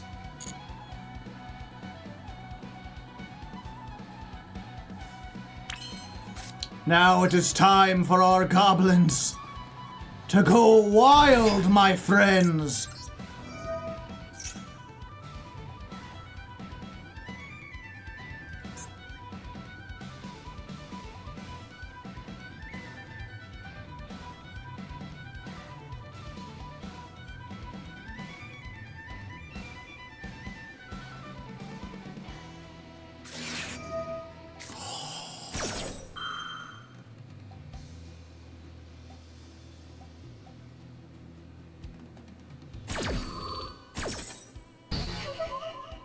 So many hand traps. And a rock! Cursed you! Curse you to the foulest pits of hell! A rock and two dragons teaming up against the mere goblins. What chance did we have? What chance did we have?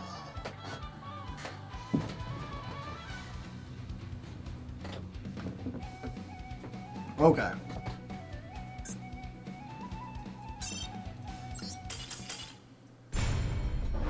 I don't know, Chad. I don't think we include that one. I mean, we tried to do well. I think I could do the transformation a little bit better. Well, the problem, of course, is that every time after I do that, I have to button my shirt up again.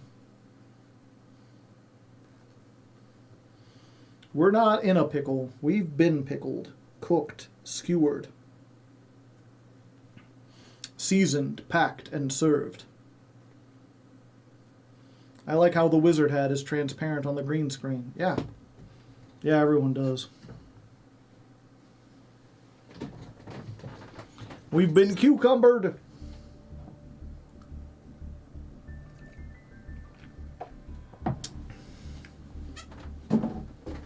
I am not a number. I am a free man. I will not be stamped, indexed, filed.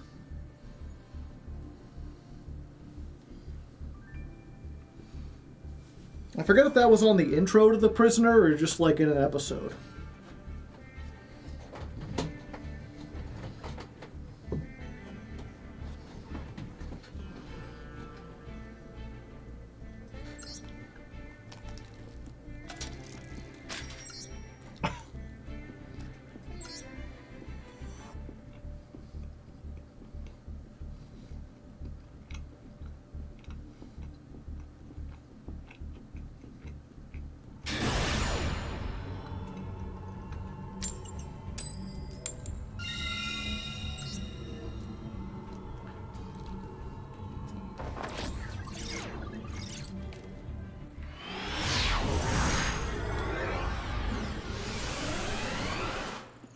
Going first makes me feel alive. I go first.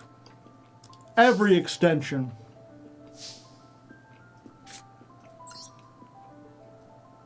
Feel the terror of my top.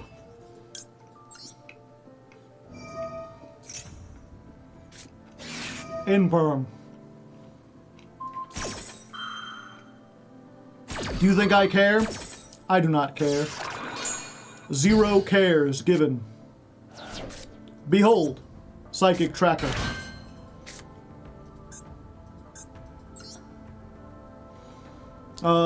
We don't have the ability to make another rank 3.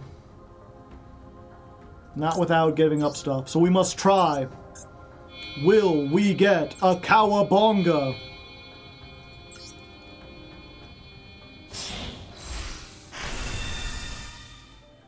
Gabong. Search me. Bring forth Douglas. Ah! That's the worst thing it could have been.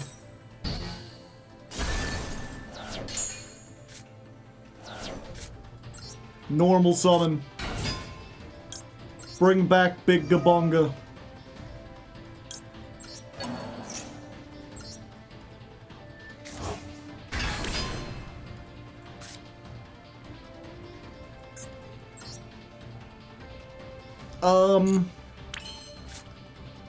Huh. I think we have to do it like this, chat. So we're gonna make the Ixie Armor Fortress.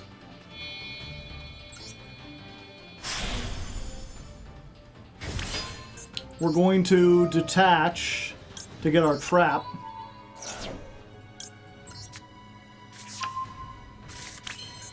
We're gonna make this.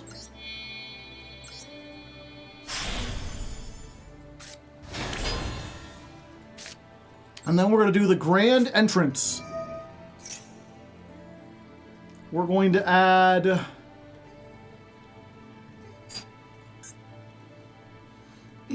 It has to be a level 4 or lower, so we get Doug Charger.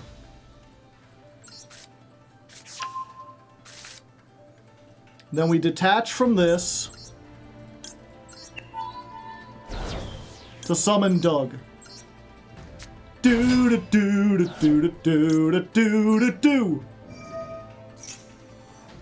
We're gonna get this, and then we're going to make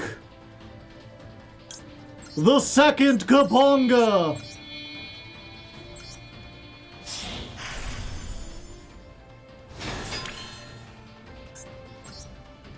We'll use this because we need to get Clatter Sploder into the graveyard. So we can trigger Big Gabonga. This in the graveyard we can detach. And then add a card from our graveyard to our hand. Oh, we'll just put Big Gabonga back. Recycle. Alright. And that's how, through 2 hand traps, we ended on Big Gabonga and this.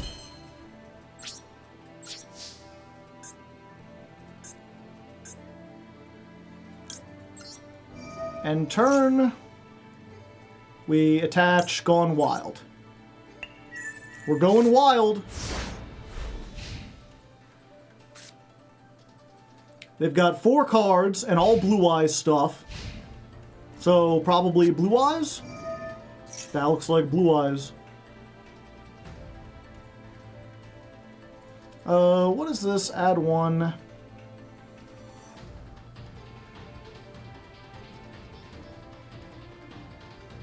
Yeah, you know what? We're gonna do this now, actually. I don't want them to be able to summon Blue Eyes. So we're going to detach the Gone Wild. I'm gonna summon the Clatter.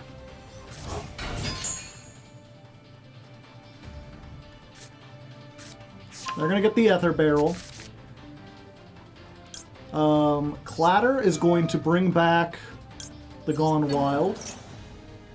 And the Gone Wild is going to absorb this.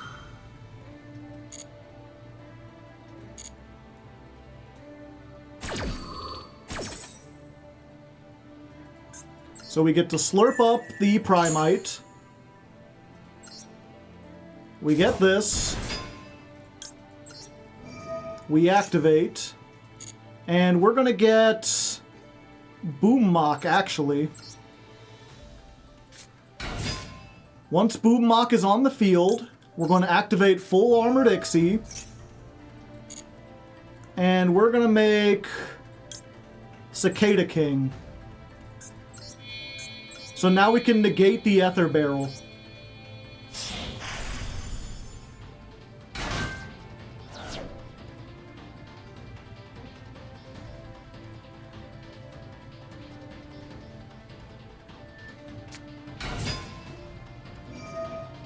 No, no, no!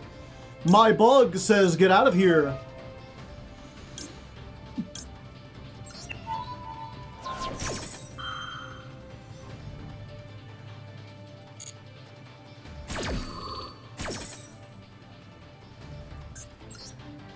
Change the battle position? No. And then that triggers the big Gabonga, so we can also keep them off of getting the Link 1. And it's as easy as that! That's how we wrote it up! That's how the Gabongas go! Our turn!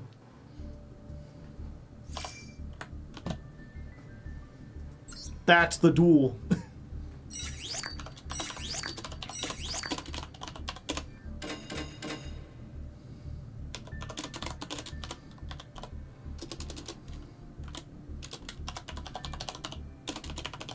Cowabunga it is. Cowabunga.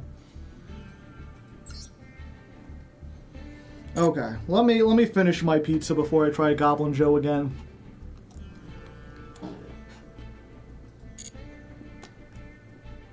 In the meantime, let's do some solo mode.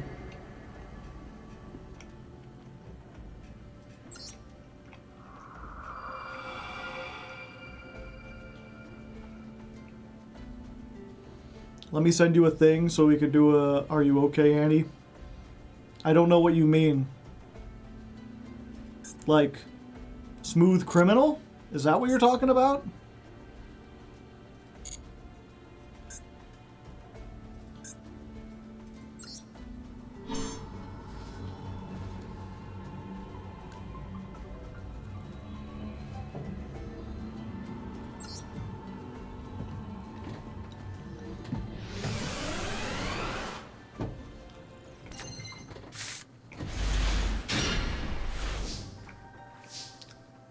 That's the only...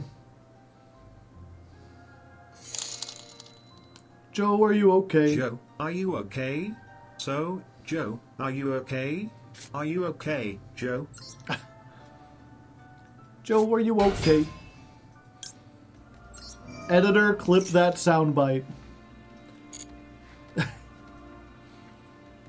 I see.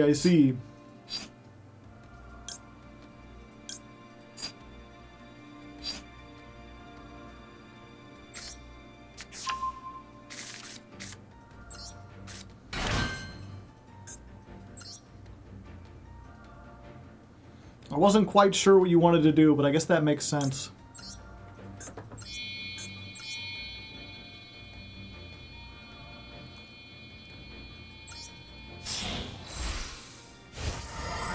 You've been hit by, you've been sucked by a big gabonga.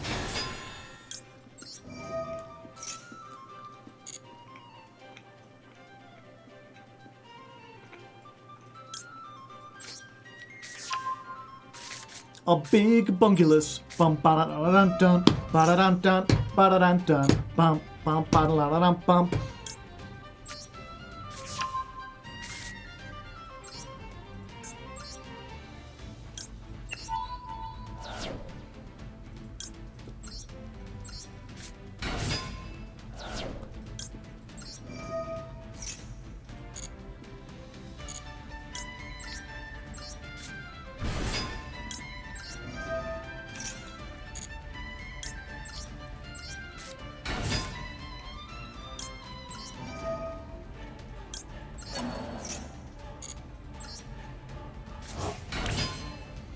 Are you on Xiamen? No.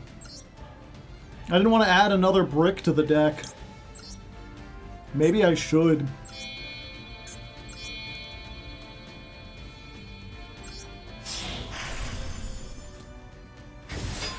Have people gotten to Master 1 with this deck? I don't know. Maybe. People claim to get to Master 1 with like every deck, so...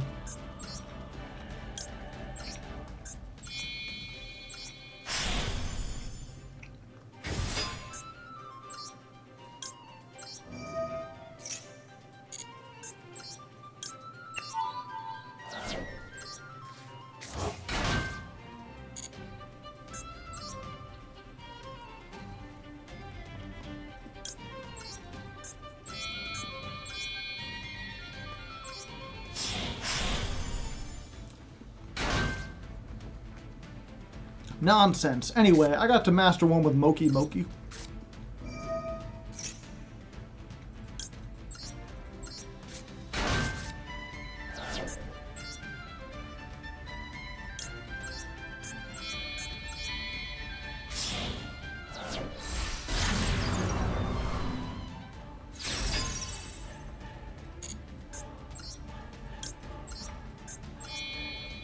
Yeah, it's just like some of these hands, when like you're allowed to go off, it's like, ah, this is insane.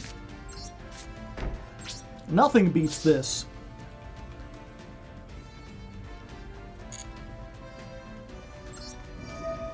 Actually, evenly beats this. But no one's playing evenly.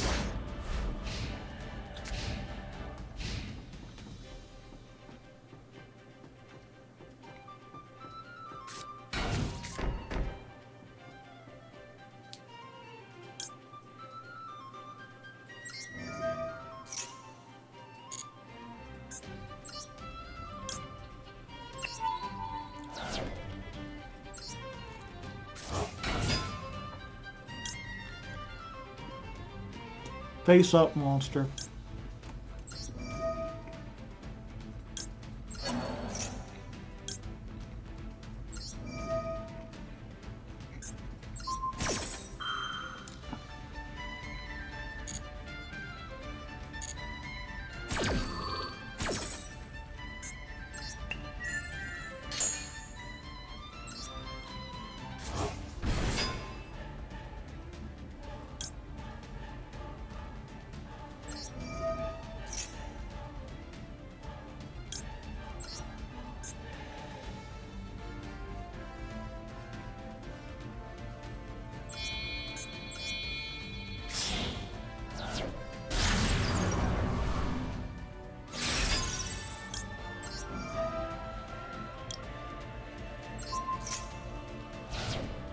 It was not Fossil Dyna. It was Ikelos, the Dream Mirror.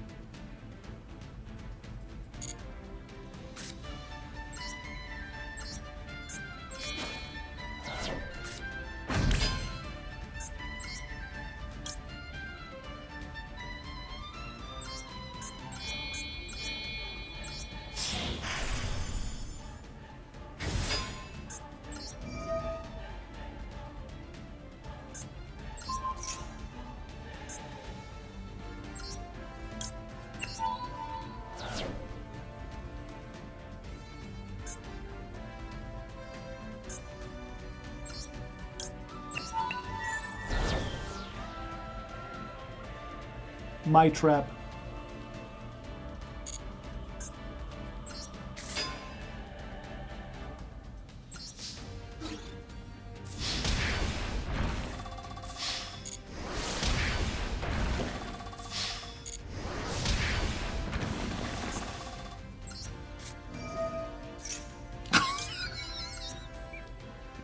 Fun new tech card unleashed!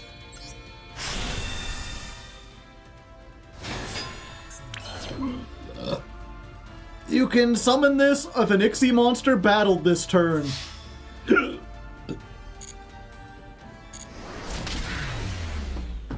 Doesn't have to be in main phase 2. Once you've battled, it's battled.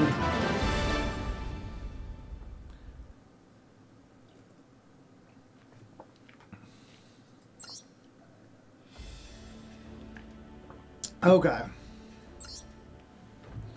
Let's get my acting pants back on and try this again, chat.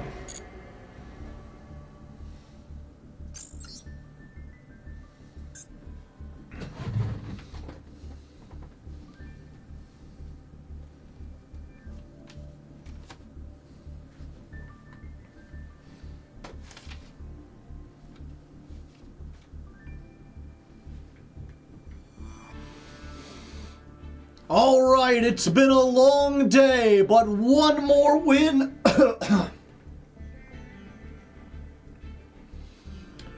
Alright, it's been a long day, but one more win and we rank up into Diamond 4. We've got this. I believe in me, Critter. What are you doing here? Why is this here? Why do you keep taunting me? You won't let me go! I just want to live in peace! Oh! Oh!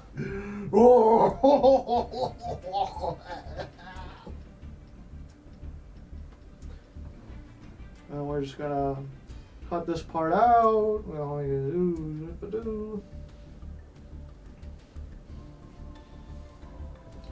Ah, that's how my hat got dusty.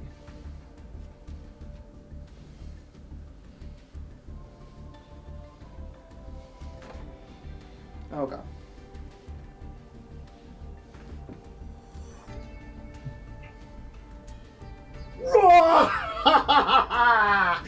Goblin Joe lives again. He's been called back from the Beyonderlands by the goblins themselves, and he will defeat Maxie. And by he, it's me. I'm Goblin Joe. I got a staff and a hat. All right, going first against some name that shan't be spoken, that which knows what cannot be known. Who among you has lived among the elves, sniffed their feet, and known what lies between their toes? Ah, many starters. Things are beginning to make sense. Go forth, tour guide. Give our opponents a tour of hell. Gabonga. Yes, Gabonga. Bonging all over the place. Mean merciless, I will be merciless. Call forth from the grand designs. Big Gabonga rides again.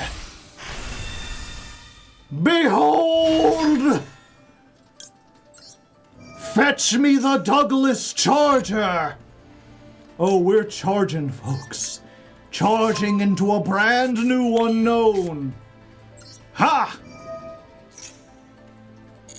The combo that Millennium has dreamt about. Detach the mean merciless. To hell with you! For Douglas will get what all we need. All the cards we desire. So many options, so many delights that only I can perceive. The grand breakout. Yes, this will be grand indeed. For then we will activate Mean Merciless. Detach from Great Gabonga. Send the tour guide back where she belongs. Merciless summon. Merciless effect. Goblins, it is time to go wild. No, it can't be. The rocks were forsaken, sent back from where they belonged. No, they can't have rocks. They wouldn't bring rocks. Oh, the rocks. Clatter, sploder, clatter. I need it. I must have it. It's demanded of me.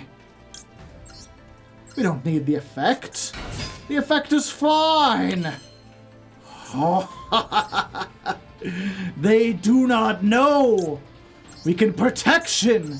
We can bamboozle them with a wee little bamboozler just jumping about with his head full of eyeballs. Oh, you've been bamboozled, Sonny Jim. You've been bamboozled like the best of 'em. What's next? There are so many options, such sights to show them. Yes, this is an emergency. We will teleport in. Bring forth the wheel. The mighty wheel! Oh, you think the goblins know not of wheels. You see them riding creatures of fur and flesh, but they understand the wheel. They invented it while you were still learning your ABCs. Armored Torpedo will search. More cards. More advantage. All to the graveyard. Clatter Sploder is ready. Ready to launch forward when you least expect it. Oh, but Armored Torpedo isn't done. It must grow like Rita Repulsa in her prime, bringing forth ever larger monsters to deal with certain teenagers with attitude. Oh, how quaint! How very quaint! Ooh, full armored Ixie. Oh, we will be full of armor, friends. Just you wait and see. Now, for the greatest. Yes, the Lancer. Like Lancelot of old. And then, we set. We set! We set! Oh, we set! All the cards we will set! And end our turn. Oh, oh, my sweet summer child, you will learn.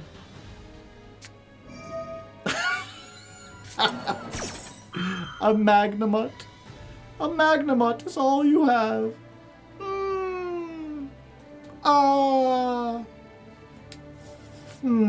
Fine. Fine, fine. Grab your little mutt. I have no need of the tour guide. She has served her purpose. Attach the Gone Wild. Prepare the weapon.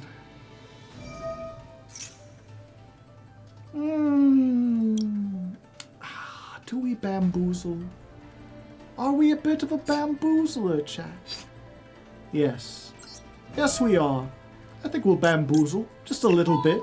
Just from time to time. One less card to worry about. If this is Tempai, we wouldn't want them to have a dragon, would we? Oh, and did something get detached? Well, I might as well make use of my one-time effect. Gobbled. That's what goblins do. They're gobblers. Oh, how they gobble like the turkeys of old. Primite. Oh, silly, silly. Go ahead. Fetch your Primite. The Ether Barrel. I see. We know how to deal with that, don't we? Yes, yes, I think we're gonna do a grand breakout. Ash this. Just as planned. So predictable. I didn't even need that. You've only left me with more room. My Gone Wild will trigger in the graveyard, absorbing your lordly load, preventing you from summoning the monsters you desire. Thank you. Ah, an Ether Barrel. How tricky, how very tricky indeed. Would be a shame if someone were to, impermit. Yeah, I think we impermit. You will find your effect to be very impermanent, actually. And while we're here, I mean, why don't we? We've gobbled a little bit today. We've had our choice of goblins. Why not gobble a little more? What's a little more gobbling between friends? Summon forth the clatter. Activate it. Doug Charger returns to the field. He's charging from so far away, chat. Like Stelios Kantos in his prime. Devoured. Delicious. Let's just attach that here. Oh, a search! Don't mind if I do. let's just get a search card for next turn, shall we? Just in case you somehow clear this board. And also, I'm going to be Ixie summoning, if you don't mind. I find that my deck lacks a certain buggy quality, which may bug you just a bit.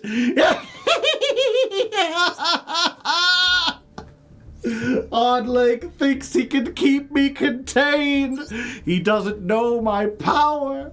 He doesn't realize that the rank ups happen because I allow them to happen. Oh, I'm going to mess up his bathroom. Such a mess I'll make.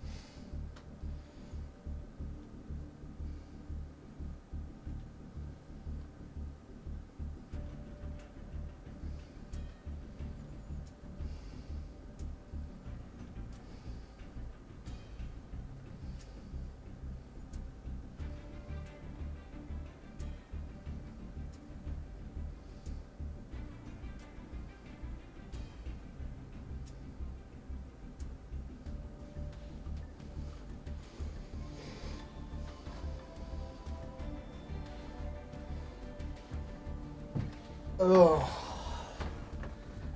Sorry about that, chat. I had to run to the bathroom, I guess. I don't know. It's like a disaster in there. I think I have to call a handyman. When did I rank up? Huh. I'll take it. You know, we take those. Sorry, I've been feeling a little under the weather lately. A little stomach bug going around, I think. Might have to call the stream for now. We'll get back to this. I'm sure we'll do better next time.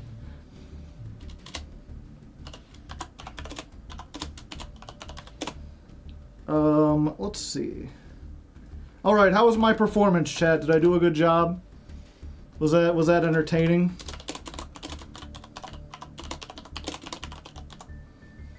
A 11 out of 10. You might be turning into a mod. Okay. We did practice. The thing is, that duel was good, but we did practically the same thing we did previously.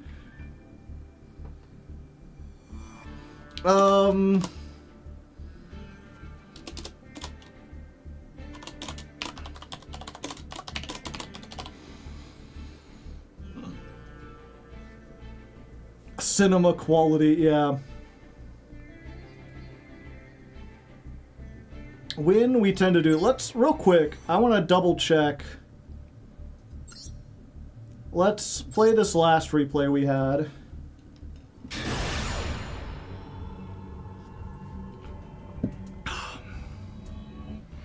Is the bathroom hobo okay? Yeah. Our turn. Set for pass. Kicking some ass.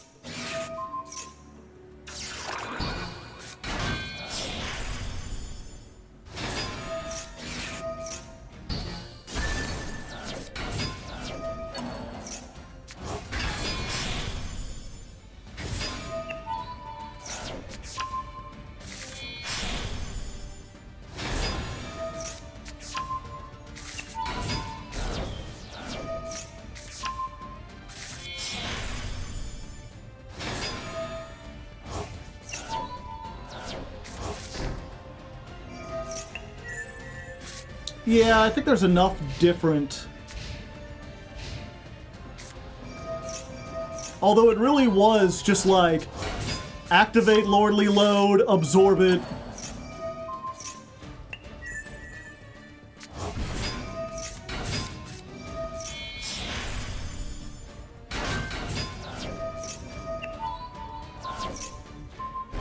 Negate, absorb it.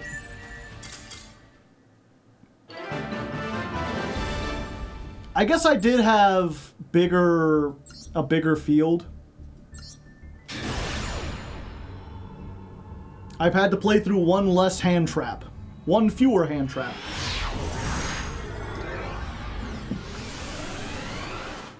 It's good to have high hopes in the middle.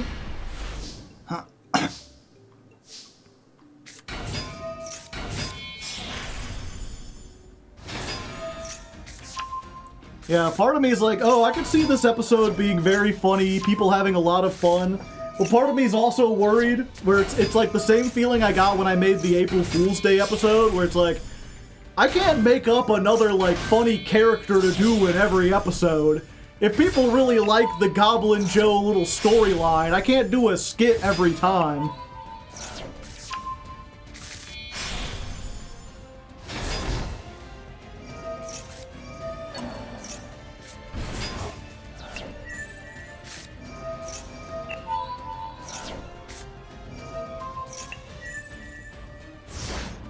Yeah, this is different enough, even if we didn't use everything.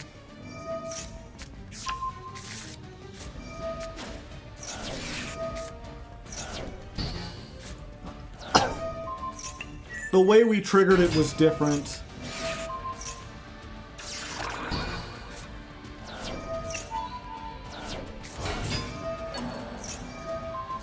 Joe's afraid he'll jump the shark. No, it's not that. It's, I've talked before where it's like, because I...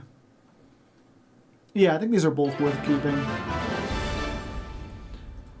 What was it? Because I spent the first, like... Not the first 10, but... Basically, I got a job at, like... 16, I think?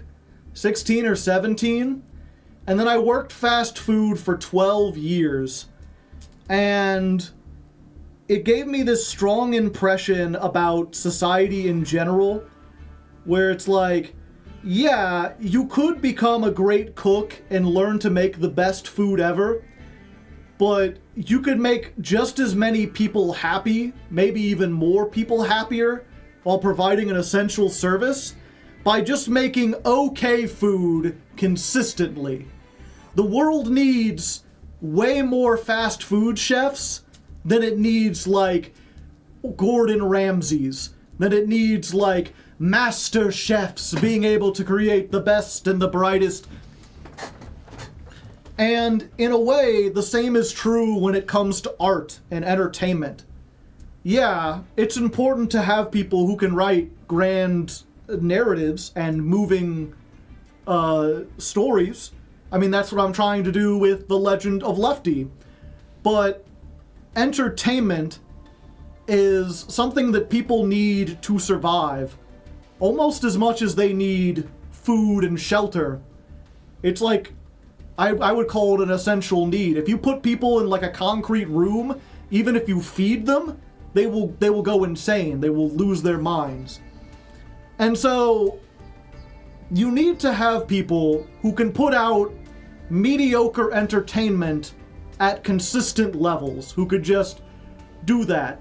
And that's kind of what I set out to do with my channel, was to just like put out videos every week. It's the fast food of literary creation. You know, I'm not telling some grand narrative with the ladder climbs, but it keeps people entertained, it keeps them happy, it brings some joy to their life and gives some levity, reduces the stress. And then they can go about their day and be more productive. And my worry is that if I try to add too much into it, then inevitably I will have to make it less often. And I'll lose that kind of thing. Where it's like I'll stop doing what I was designed to do. People need their bread in circuses. Not necessarily that. It's, I'll tell the story in a moment. We'll do a couple more duels. We probably won't show them on the thing. I enjoy your ladder climb videos. Well, thank you. I mean, I make them to be enjoyed. That's the thing. I should be clear, when I say mediocre, I am using that, like, very literally. In the sense of, like, Yeah, I think we're good regardless. In the sense of, like, I don't think my ladder climbs are bad. I don't think they're, like, lazy entertainment. I put in the effort. In the same way that I don't think fast food is, like, absolute garbage. Because they do have, like, quality standards and control groups and everything like that.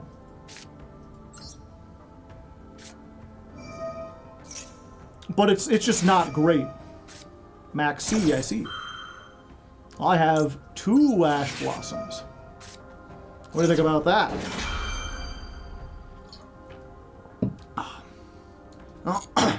Something you can listen to in the background. Yeah.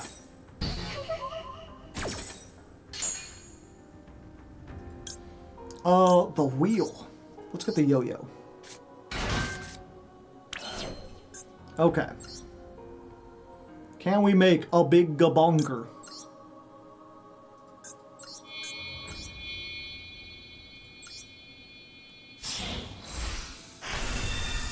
Mediocre clarinet player. Mediocre? What do we want? We're getting Gone Wild. Then we're activating this. We're getting Merciless up in here.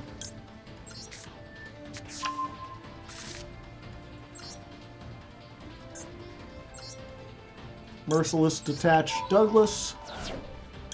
Mercy, mercy me.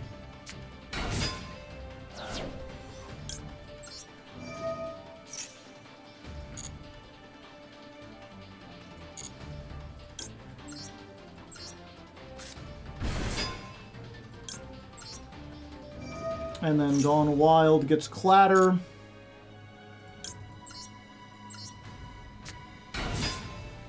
And then Clatter gets Doug back.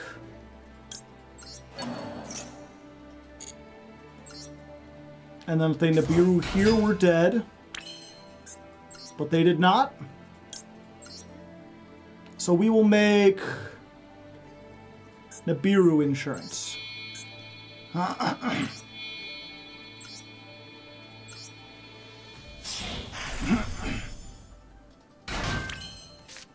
Then we will do the breakout.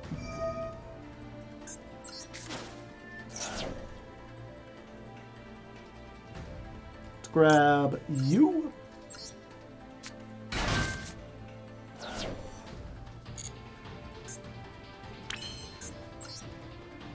Let's go Armored Ixie.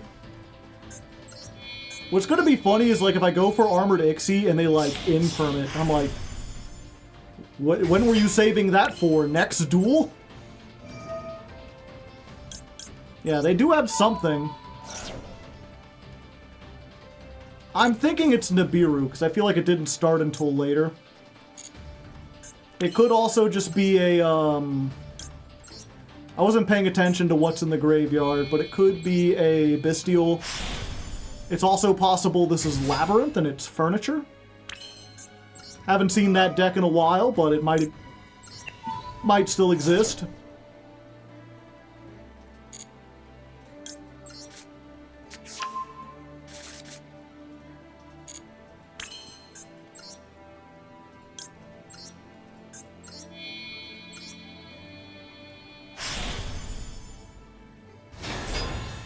I see Lab in every other duel. I see his face everywhere. In the clouds. Want to add back a card to my hand? No? No, not really.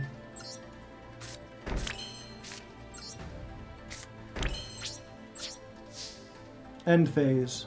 Nice hat, thanks. I wore it myself.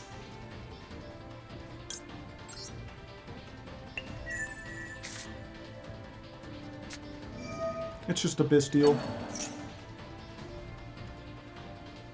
Yep, we're just going to do this again.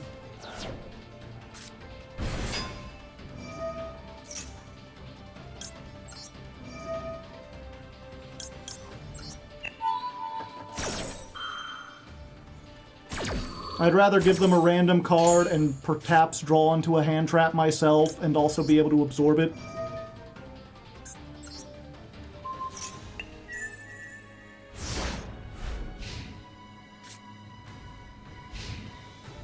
I saw VW twice. How many hats do you know now? Many. Chat, I'm getting a really weird sense of deja vu. Anyone else?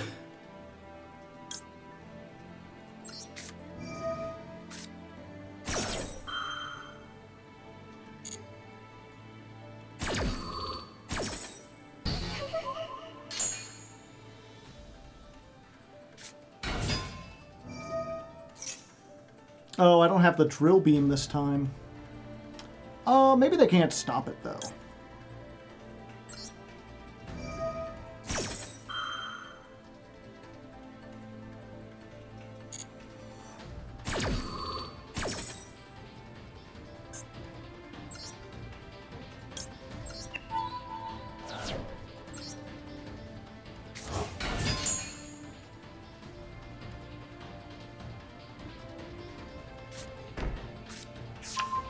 You can chain block. Oh, they're setting it so they can't even use it this turn. Okay, let's do it this way then. Activate. Get Douglas. Activate. Give me your Ether Barrel. Activate.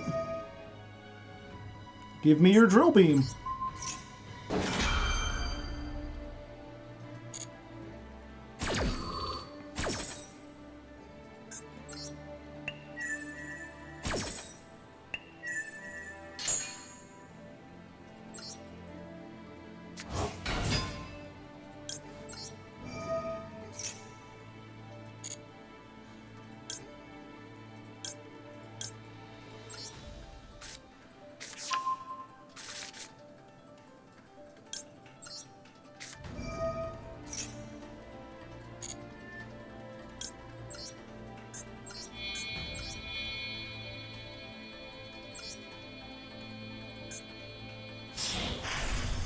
I'm gabonging.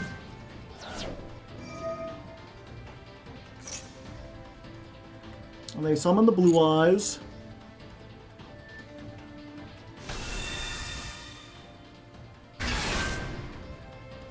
And I guess we do this.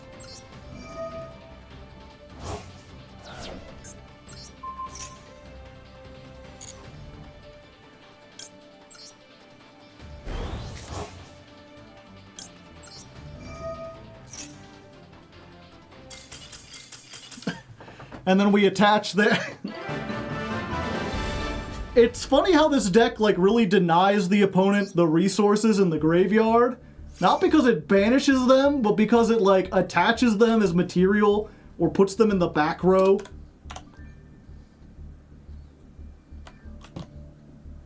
You just eat everything, yeah. I win against the Blue Eyes 100% of the time when I go first and they don't have any hand traps. Or when they only have one hand trap and I have a bunch of extenders.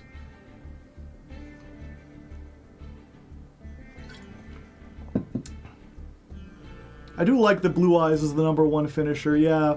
You get to use that thing. But yeah, I was gonna talk about real quickly. Since we've done the story, it's pretty much the end of the stream. If you just want more Yu-Gi-Oh, I think I'm done with Yu-Gi-Oh for tonight. But I mentioned briefly this idea that like people need entertainment to live. And that was actually taught to me in middle school by a really good history teacher I had. Probably one of the best teachers I've ever had. And I think it's always neat to relay this experience. You don't quite get the same thing hearing about it as proxy, but basically we were talking about the settlement in Roanoke. If you don't know, there was a bunch of people that tried to settle America before the settlers at like Plymouth Rock, where they showed up, they built like a fort, and they had a bunch of supplies, and then they sent ships back to Britain, and they're like, we'll be back in 6 months. And when they came back, everyone was dead or had disappeared. It was like a ghost town, and no one knows exactly what happened to it. It's one of those things that's kind of mysterious even to this day. But we were talking about like the struggles of creating a settlement. And so what the teacher did was he broke us all up into little teams of 4 or 5, and basically had like a 10-paper sheet where he's like, the 5 of you are managing a settlement, and each page we're going to ask you like a series of questions, and we're going to like, like the very first page was like, here's 10 things. We want you to rank those in order of importance. And it was like food, shelter, security, making sure there's clean water, making sure latrines are dug, entertainment, making sure there's like a church built. It was just a list of like 20 things, or no, 15 things, and it was like, rate them how important they are from scale to 1 to 10. And then we had a bunch of other pages, where they were basically asking, like, how would you design your fort? How would you set things up? Like, would you have a democracy, or would you 5 like dictate what happens? All these different variables. And once we had sat there and, designed our perfect little colony for like 15 minutes, he was like, okay. So go back to that first page. He's like, for all of you, if you put, like you have your list of things you ranked, how many of you put entertainment at the very, very bottom? And every single team raised their hand. And he was like, you can throw away the rest of those packets because your colonies are dead. He's like, and then he told us all these stories of throughout history where there were these really hardline like attempts to build forts or to build colonies, and they went in too hard on like just having security or just having control, and they didn't allow people any levity. They didn't give them a chance to have any entertainment. They didn't give them like free time off. They didn't build any kind of recreational facilities, anything to allow people to have some levity. There was no time for story. There was no church. There was no like gathering of people. And in every single case, the colony failed because there was like a mutiny or a revolt or some kind of mass rage event. Some kind of like spontaneous like madness outbreak. That's how you get a mutiny, yeah.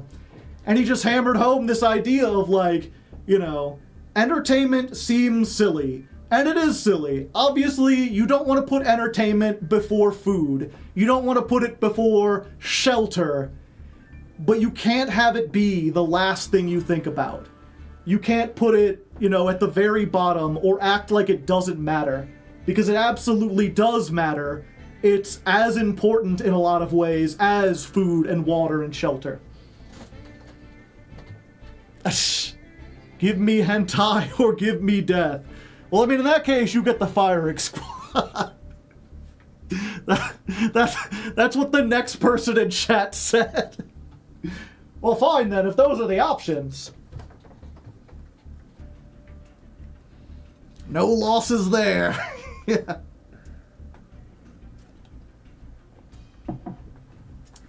But just something to keep in mind. At the same time, there's